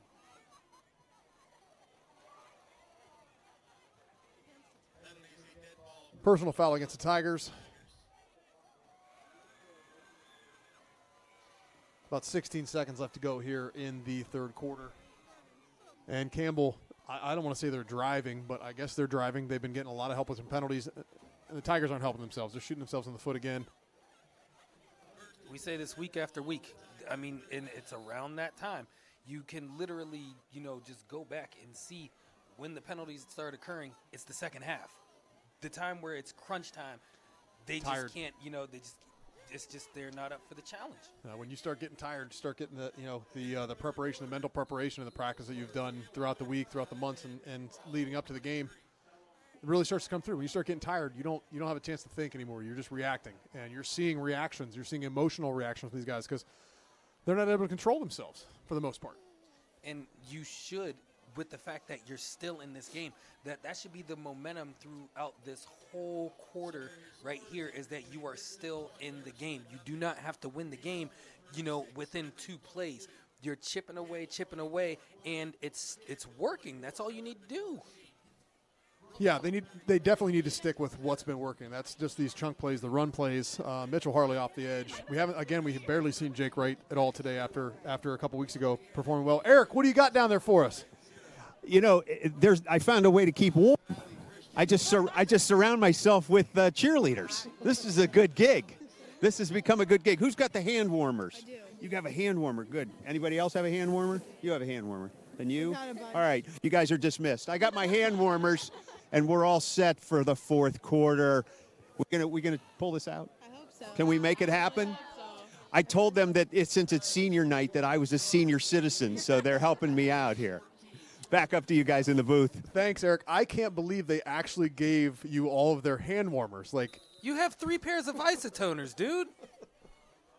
thanks, Eric. We appreciate it. And thanks to the cheerleaders. We know it's cold down there. They've been sticking it out, too, and supporting the team. And the team really does appreciate it.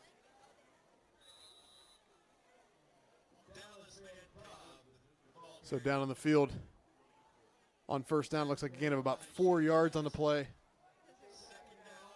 And the defense and the defensive line just don't seem to have an answer for this up-the-gut run. No, they don't. I mean, they've been beaten and battered, pretty much all night. This run attack has only been stopped a couple of times, and right now it's just they just don't have enough down linemen, like we were talking about, to go ahead and put pressure on them. So here comes another quarterback keeper. Number 2 is going to run around the edge. He's going to be met by Jake Wright. A nice hit, and they're still fighting even up to the whistle. When the quarterback gets to the second level on those plays, that's bad. Well, unfortunately, we have, as we've talked about pretty much most of the season, we have 3 down linemen, so almost every play, unless one of those down linemen can get free, which is tough. And you got 3 defensive linemen down, and you've got 5 offensive linemen. You're mismatched already, and that's pretty much where we've been all season. So you're automatically putting that on the second level guys, your linebackers, just have to step up. And if they don't step up in the hole, they have to take on guards, tackles. It's very difficult. It's a lot to ask from your not so heavy, not so big guys. Your linebackers are typically not your biggest, heaviest players. It's a lot for them. It's a lot for a 160-pound guy to take on a 240-pound guard who's pulling around.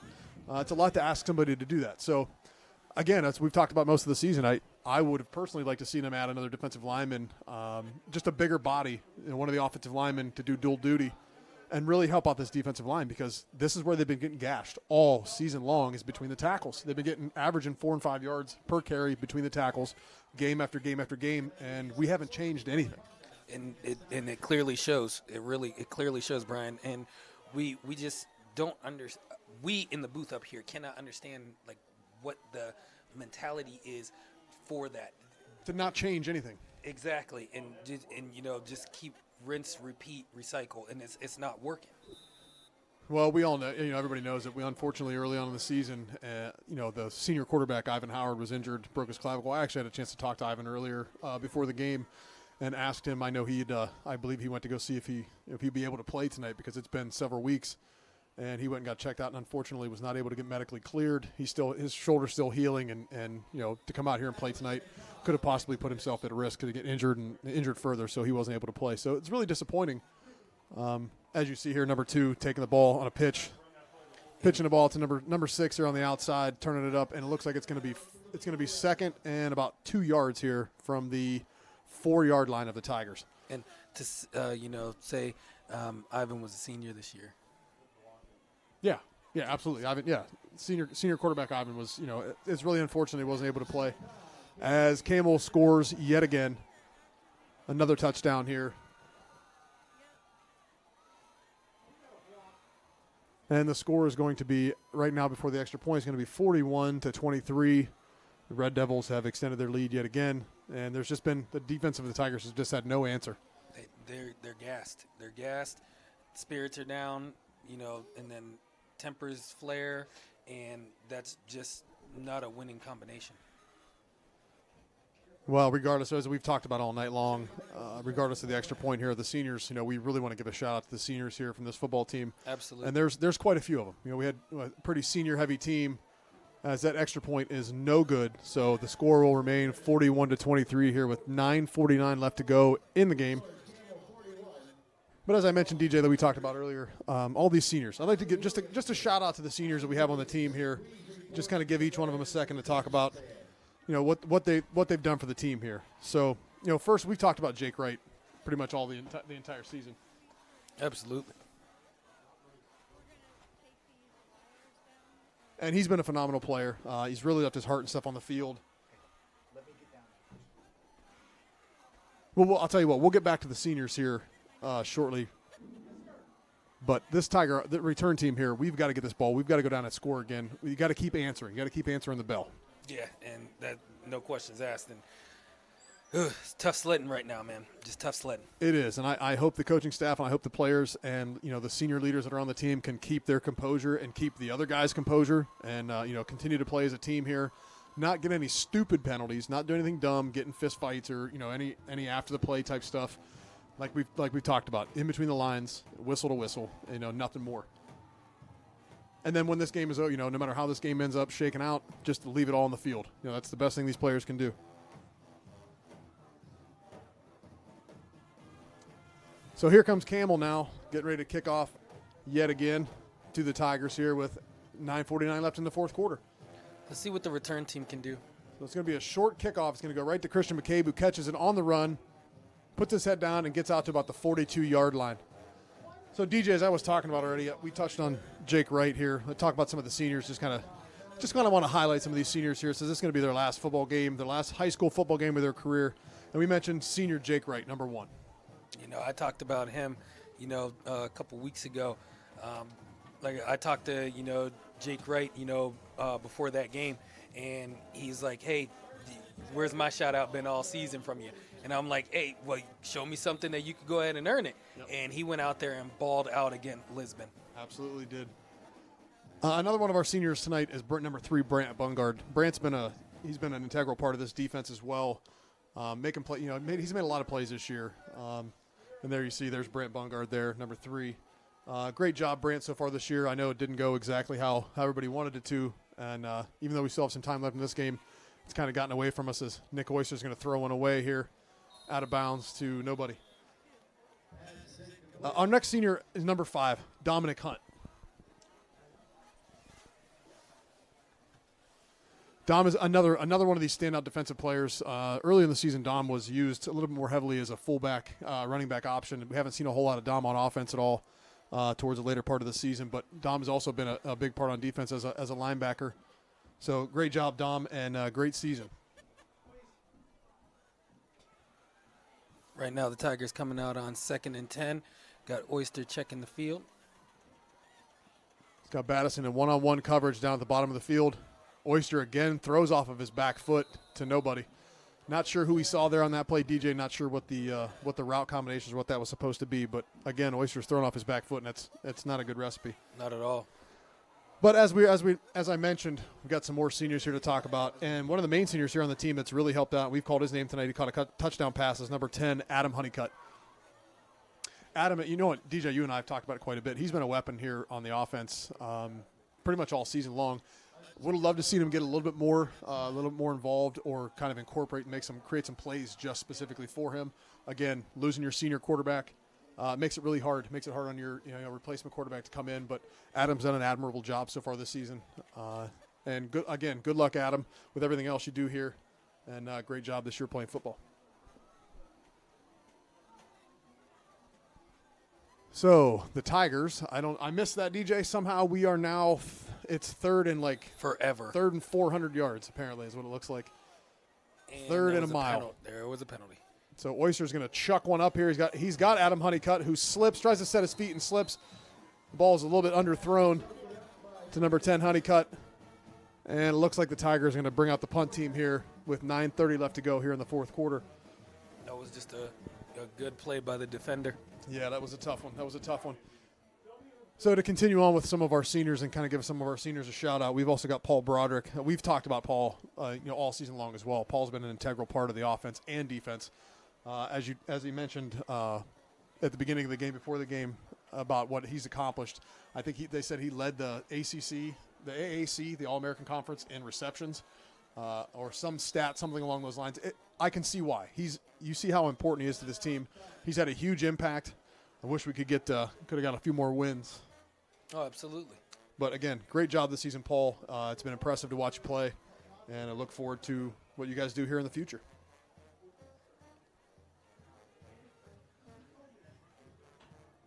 So while we've got a little bit more time here, another one of our seniors, again, Mitchell Harley, number 15. We've talked about Mitchell all season long.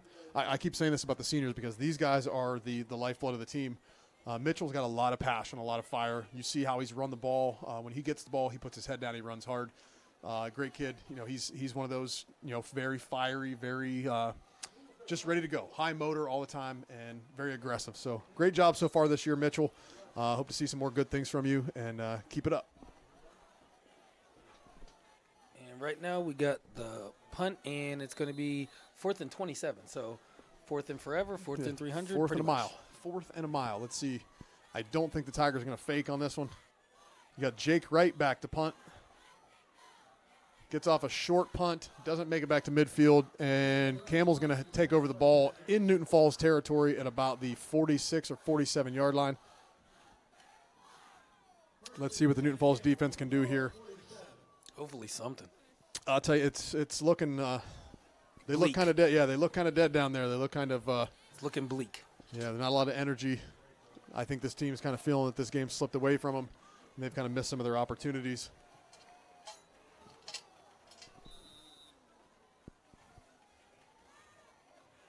So here comes Campbell's offense here. First down in Newton Falls territory. They give to number 7 right up the middle. He's going to be tackled immediately. But when I say immediately, he's tackled for a gain of about 3 yards. So all he's just falling forward and getting a chunk. Second down for the 43.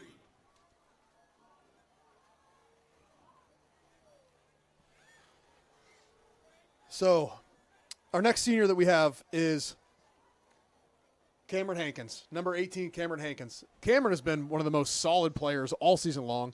Has Really done has an been. excellent job doing kickoffs, extra points as well, and has just been a very solid player, one of the most dependable players on the team. You know what you can expect from Cameron. Great job so far this season, Cameron. We all expect great things from you. Good luck with the rest of the things that you do here at Newton Falls. So here comes Campbell on 2nd and 6. Another give right up the middle to number 7. He's going to be tackled by James. He's going to be tackled by Wasanen on the play, number 55. Great job on the play.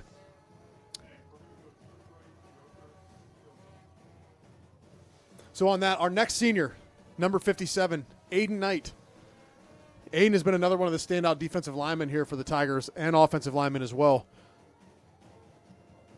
Aiden has performed admirably so far for the Tigers this season, and we're excited to see what he's going to be doing here in his future as well. Great job this season, Aiden.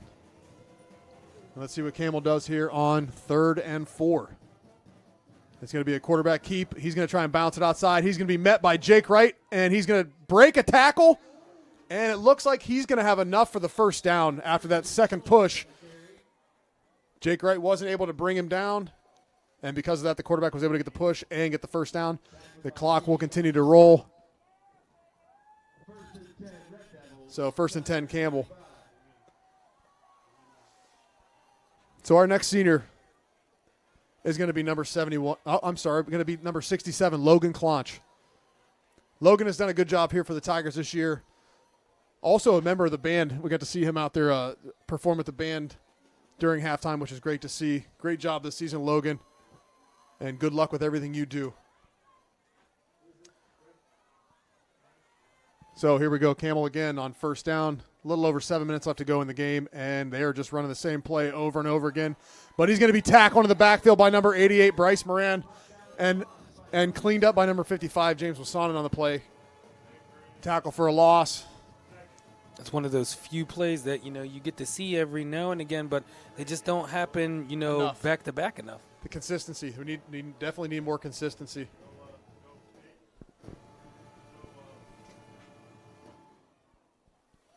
Well, let's see if they can get a couple more defensive plays here. We need something to happen. There's only 6 minutes left to go. I will say that the crowd, I'm proud of the crowd for sticking around. There's still plenty of parents and plenty of people here supporting.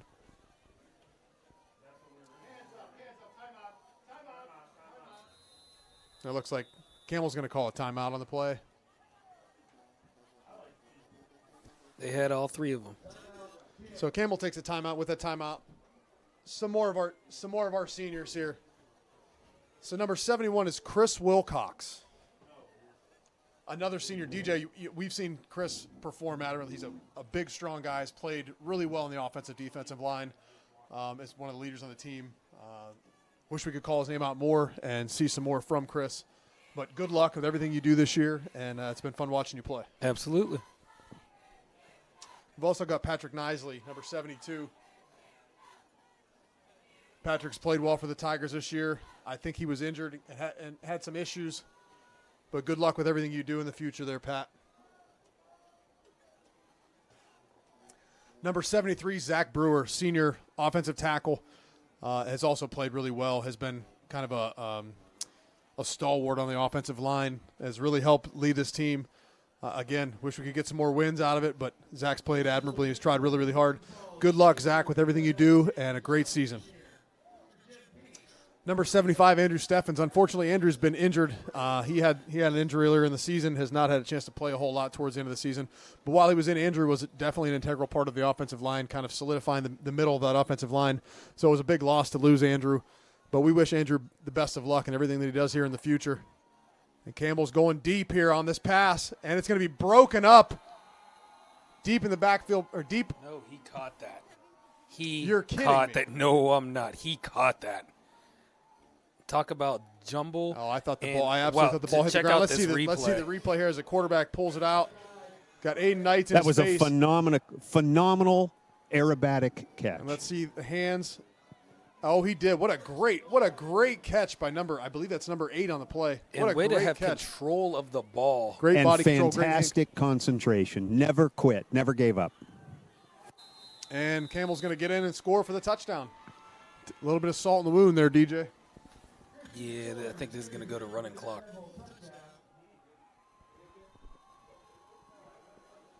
Well, with 5:49 left, as you can see here, 5:49 left in the fourth quarter, a little under 6 minutes left to go. Campbell has scored yet again to make the score 47-23 as they get ready to attack on this extra point.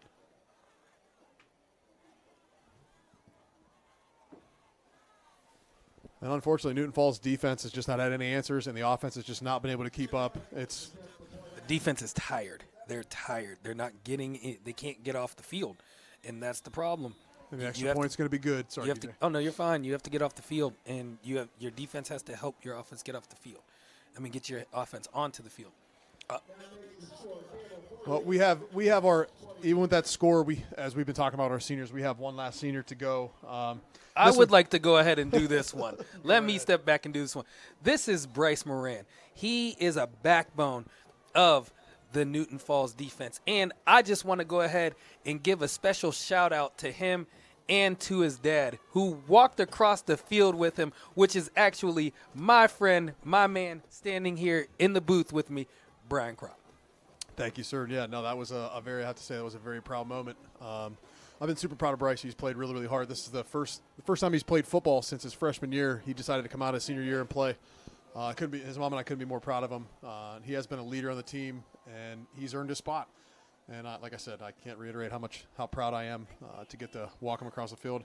It's bittersweet. I have to say, it's bittersweet watching this last game. I really kind of hope they could pull the win out here tonight to kind of walk off in that kind of style, a winning style. I know they're not going to win the season, but to be able to finish the night your senior year with a win would have been fantastic. Didn't happen, but we're still super proud of him. We're proud of all our seniors, and DJ, I'm sure you can attest to this too. You want to see seniors lead, and we've started to see a little bit more of that towards the end, a little bit more class, and let's hope they can finish the game out with no stupid penalties and just get out of here with no injuries or anything like that. Yeah, we want to go ahead and this is going to be a building block for next year. The senior class is going to go on to, bigger and better things, but these underclassmen that are here, they need to, watch the end of this game. This is your foundation. This is your foundation. This is what you're going to walk into next year. Nice catch. Nice job fielding the ball. Good hands there. Number 12, Nick Rapsack. Great job. Quick hands. Good to see. Yeah. Quick hands. Because usually in the first line of defense, you guys usually don't get the ball. Not at all. But good awareness by Rapsack, who made the catch and got a couple yards, and tried to, I think he took him to almost midfield.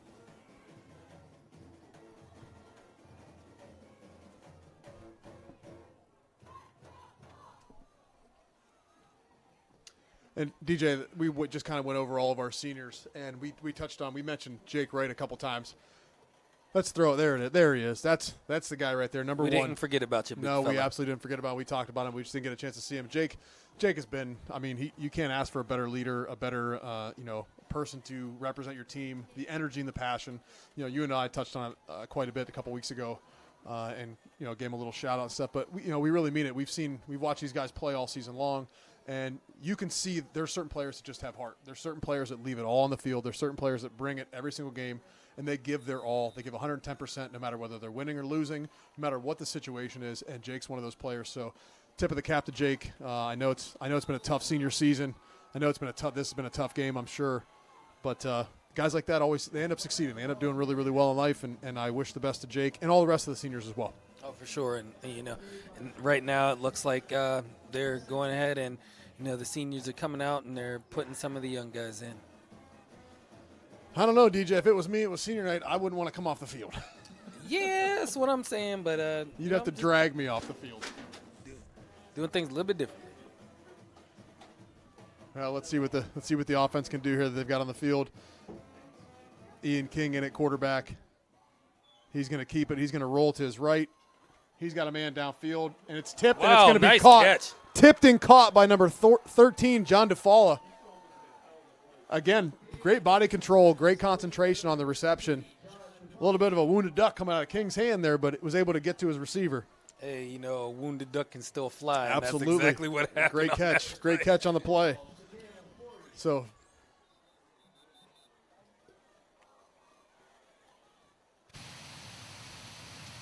well, DJ, we've had a really great time here. I know we haven't got as many wins as we'd like, but as you see this beautiful shot of the Newton Falls waterfall and the Newton Falls water tower all lit up orange for the football team and for senior night, I've had an absolute blast calling these games with you so far this year. And I think it's been an awesome time and an awesome experience. And, again, I'd like to thank Mr. Hansen for allowing us to do this and making this happen. A big shout out to City Manager Dave Lynch. This was kind of his vision, kind of his baby. And I'm just glad that we were able to participate and do this. And it's, even though, like I said, we haven't gotten as many wins as we'd have liked, it's been a fun experience. It has been. I've had a blast. When they came to us and said, hey, do you guys want to go ahead and do this? I was like, are you sure? They said, yeah, we want to go ahead and, have you guys in the booth. It was like absolutely amazing. So let's try it. And we've been good ever since. And now you see number 8, Nick Brown. Bouncing to the outside, a nice big gain there, and he's dragged down out of bounds. I think there looks like the flag on the play, and he's going to be a late hit out of bounds is what I'm guessing, DJ. And right here we see on the replay, King gives the ball to Brown. Brown goes ahead, goes left on the sweep, ends up having some space on the outside, and he ended up getting out to the outside, got the first down, coming out, got to about the 20-yard line, and then, slight late hit out there, and that's going to be a little bit extra yardage. Great job by Nick Brown there, number 8 on the play, and a great job by Ian King getting that snap and getting the ball in his hands. That's the way, I do like to see right now that these young guys get to go out here and, show some pride and go out here and, they know the game is out of reach. But at the same time, they're going to go ahead. Nobody told these guys on the field. Exactly. Nobody told the offenses out there now, these young guys.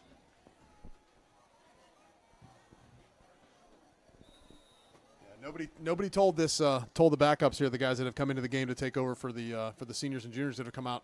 These guys are playing like they want to win, and here they go. It looks like they're going to try and get in the end zone. Nick Brown is going to get in. Touchdown, Tigers on the play. Great job by number 8, Nick Brown, taking it into the end zone. Hey, I talked to Nick Brown a couple days ago, and I told him, hey, big man, I'm going to need to go ahead and see you do something. And he said he was going to, but I didn't know he meant tonight. And he goes over here, and look at that. Look at that cut-in. He had that one shot, ended up, taking 3 Devils with him. Good vision. But not before the 6. Great job by Nick Brown, number 8. These guys are not giving up. These guys on the field now. There's no give up in these guys, and it looks like they're going to try for a 2-point conversion.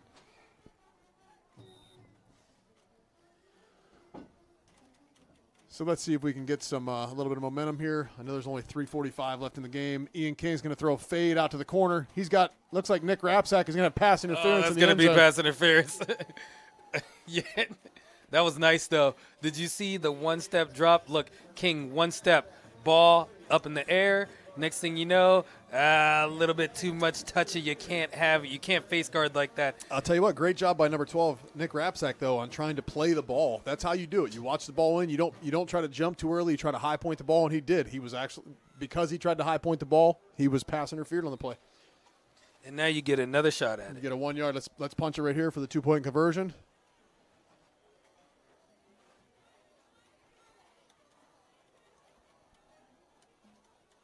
Snap's going to come back to King. Brown's going to bounce it to the outside. He's going to get in the end zone for the 2-point conversion. Great job by number 8, Nick Brown, to bounce that ball outside. Great vision. So with 3:46 left to go in the game, the Tigers close the gap a little bit here. It is 48-31, as you can see in the replay, in the 2-point conversion. Ian King hands the ball off to Nick Brown, is able to bounce it outside, bull his man into the end zone for the 2-point conversion. Great job there. Way to finish strong. That's what I'm talking about. You know, never say quit, never say die attitude. And that's what they're showing right here. You know, this is going to be the next level of Tigers coming out next year. Well, it's good to see. It's refreshing to see these guys coming out and playing with some heart. The younger guys getting their opportunity here.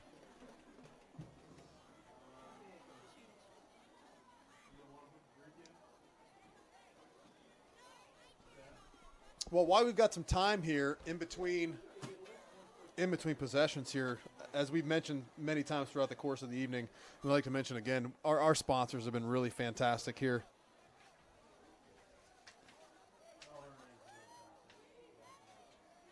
And I'd like to take an opportunity to give some of these sponsors a little bit of a shout out, so the people in town here can utilize some of these services, some of these businesses, because they really are great. Thank you, sponsors. Yeah, we really appreciate it.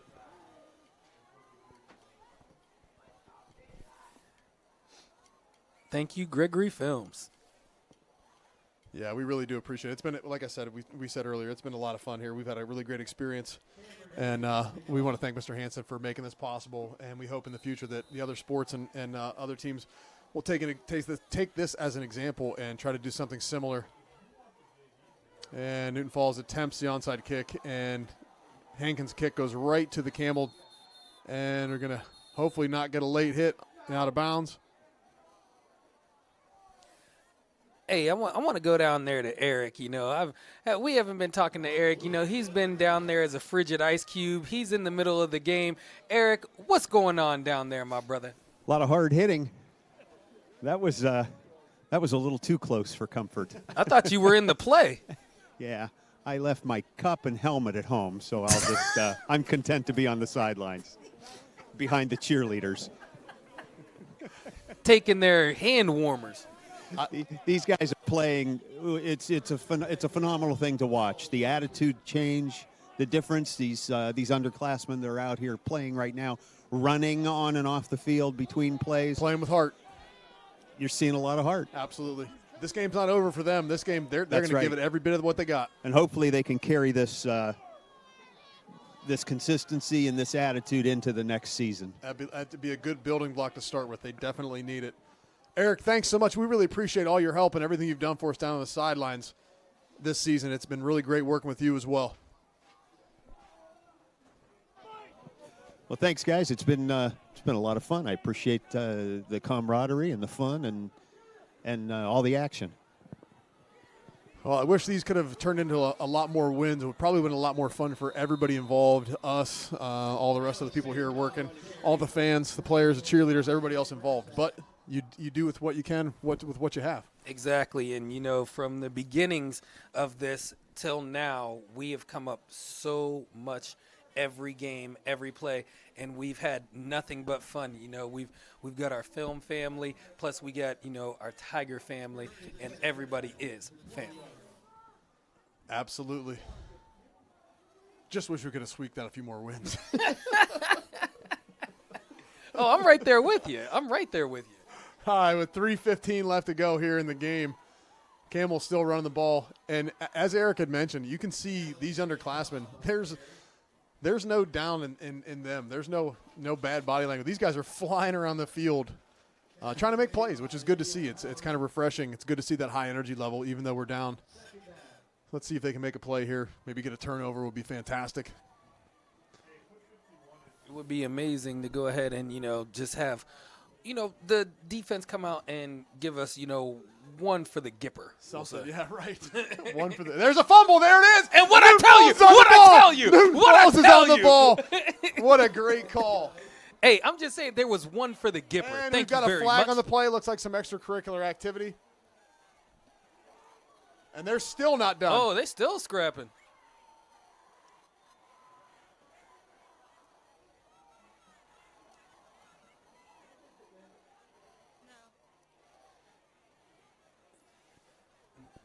That's the second time today that this Number 85. number 85. That's the second time at number 85. That's the second time I've seen that player lose control. And believe it or not, I do not have 85 on my roster. So I don't know who 85 is from our own football team, to be perfectly honest. Yeah, It must be a new addition or a new player that's not on the roster that I have. But that's the second time I've seen number 85 get peeled off the field for getting, it looks like what some kind of a fight.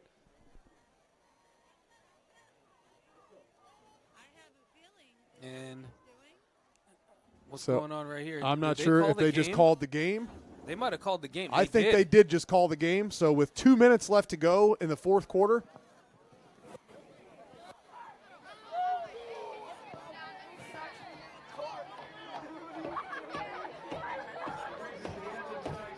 So apparently the referees have decided to call the game, and the game is over. There will be no handshake.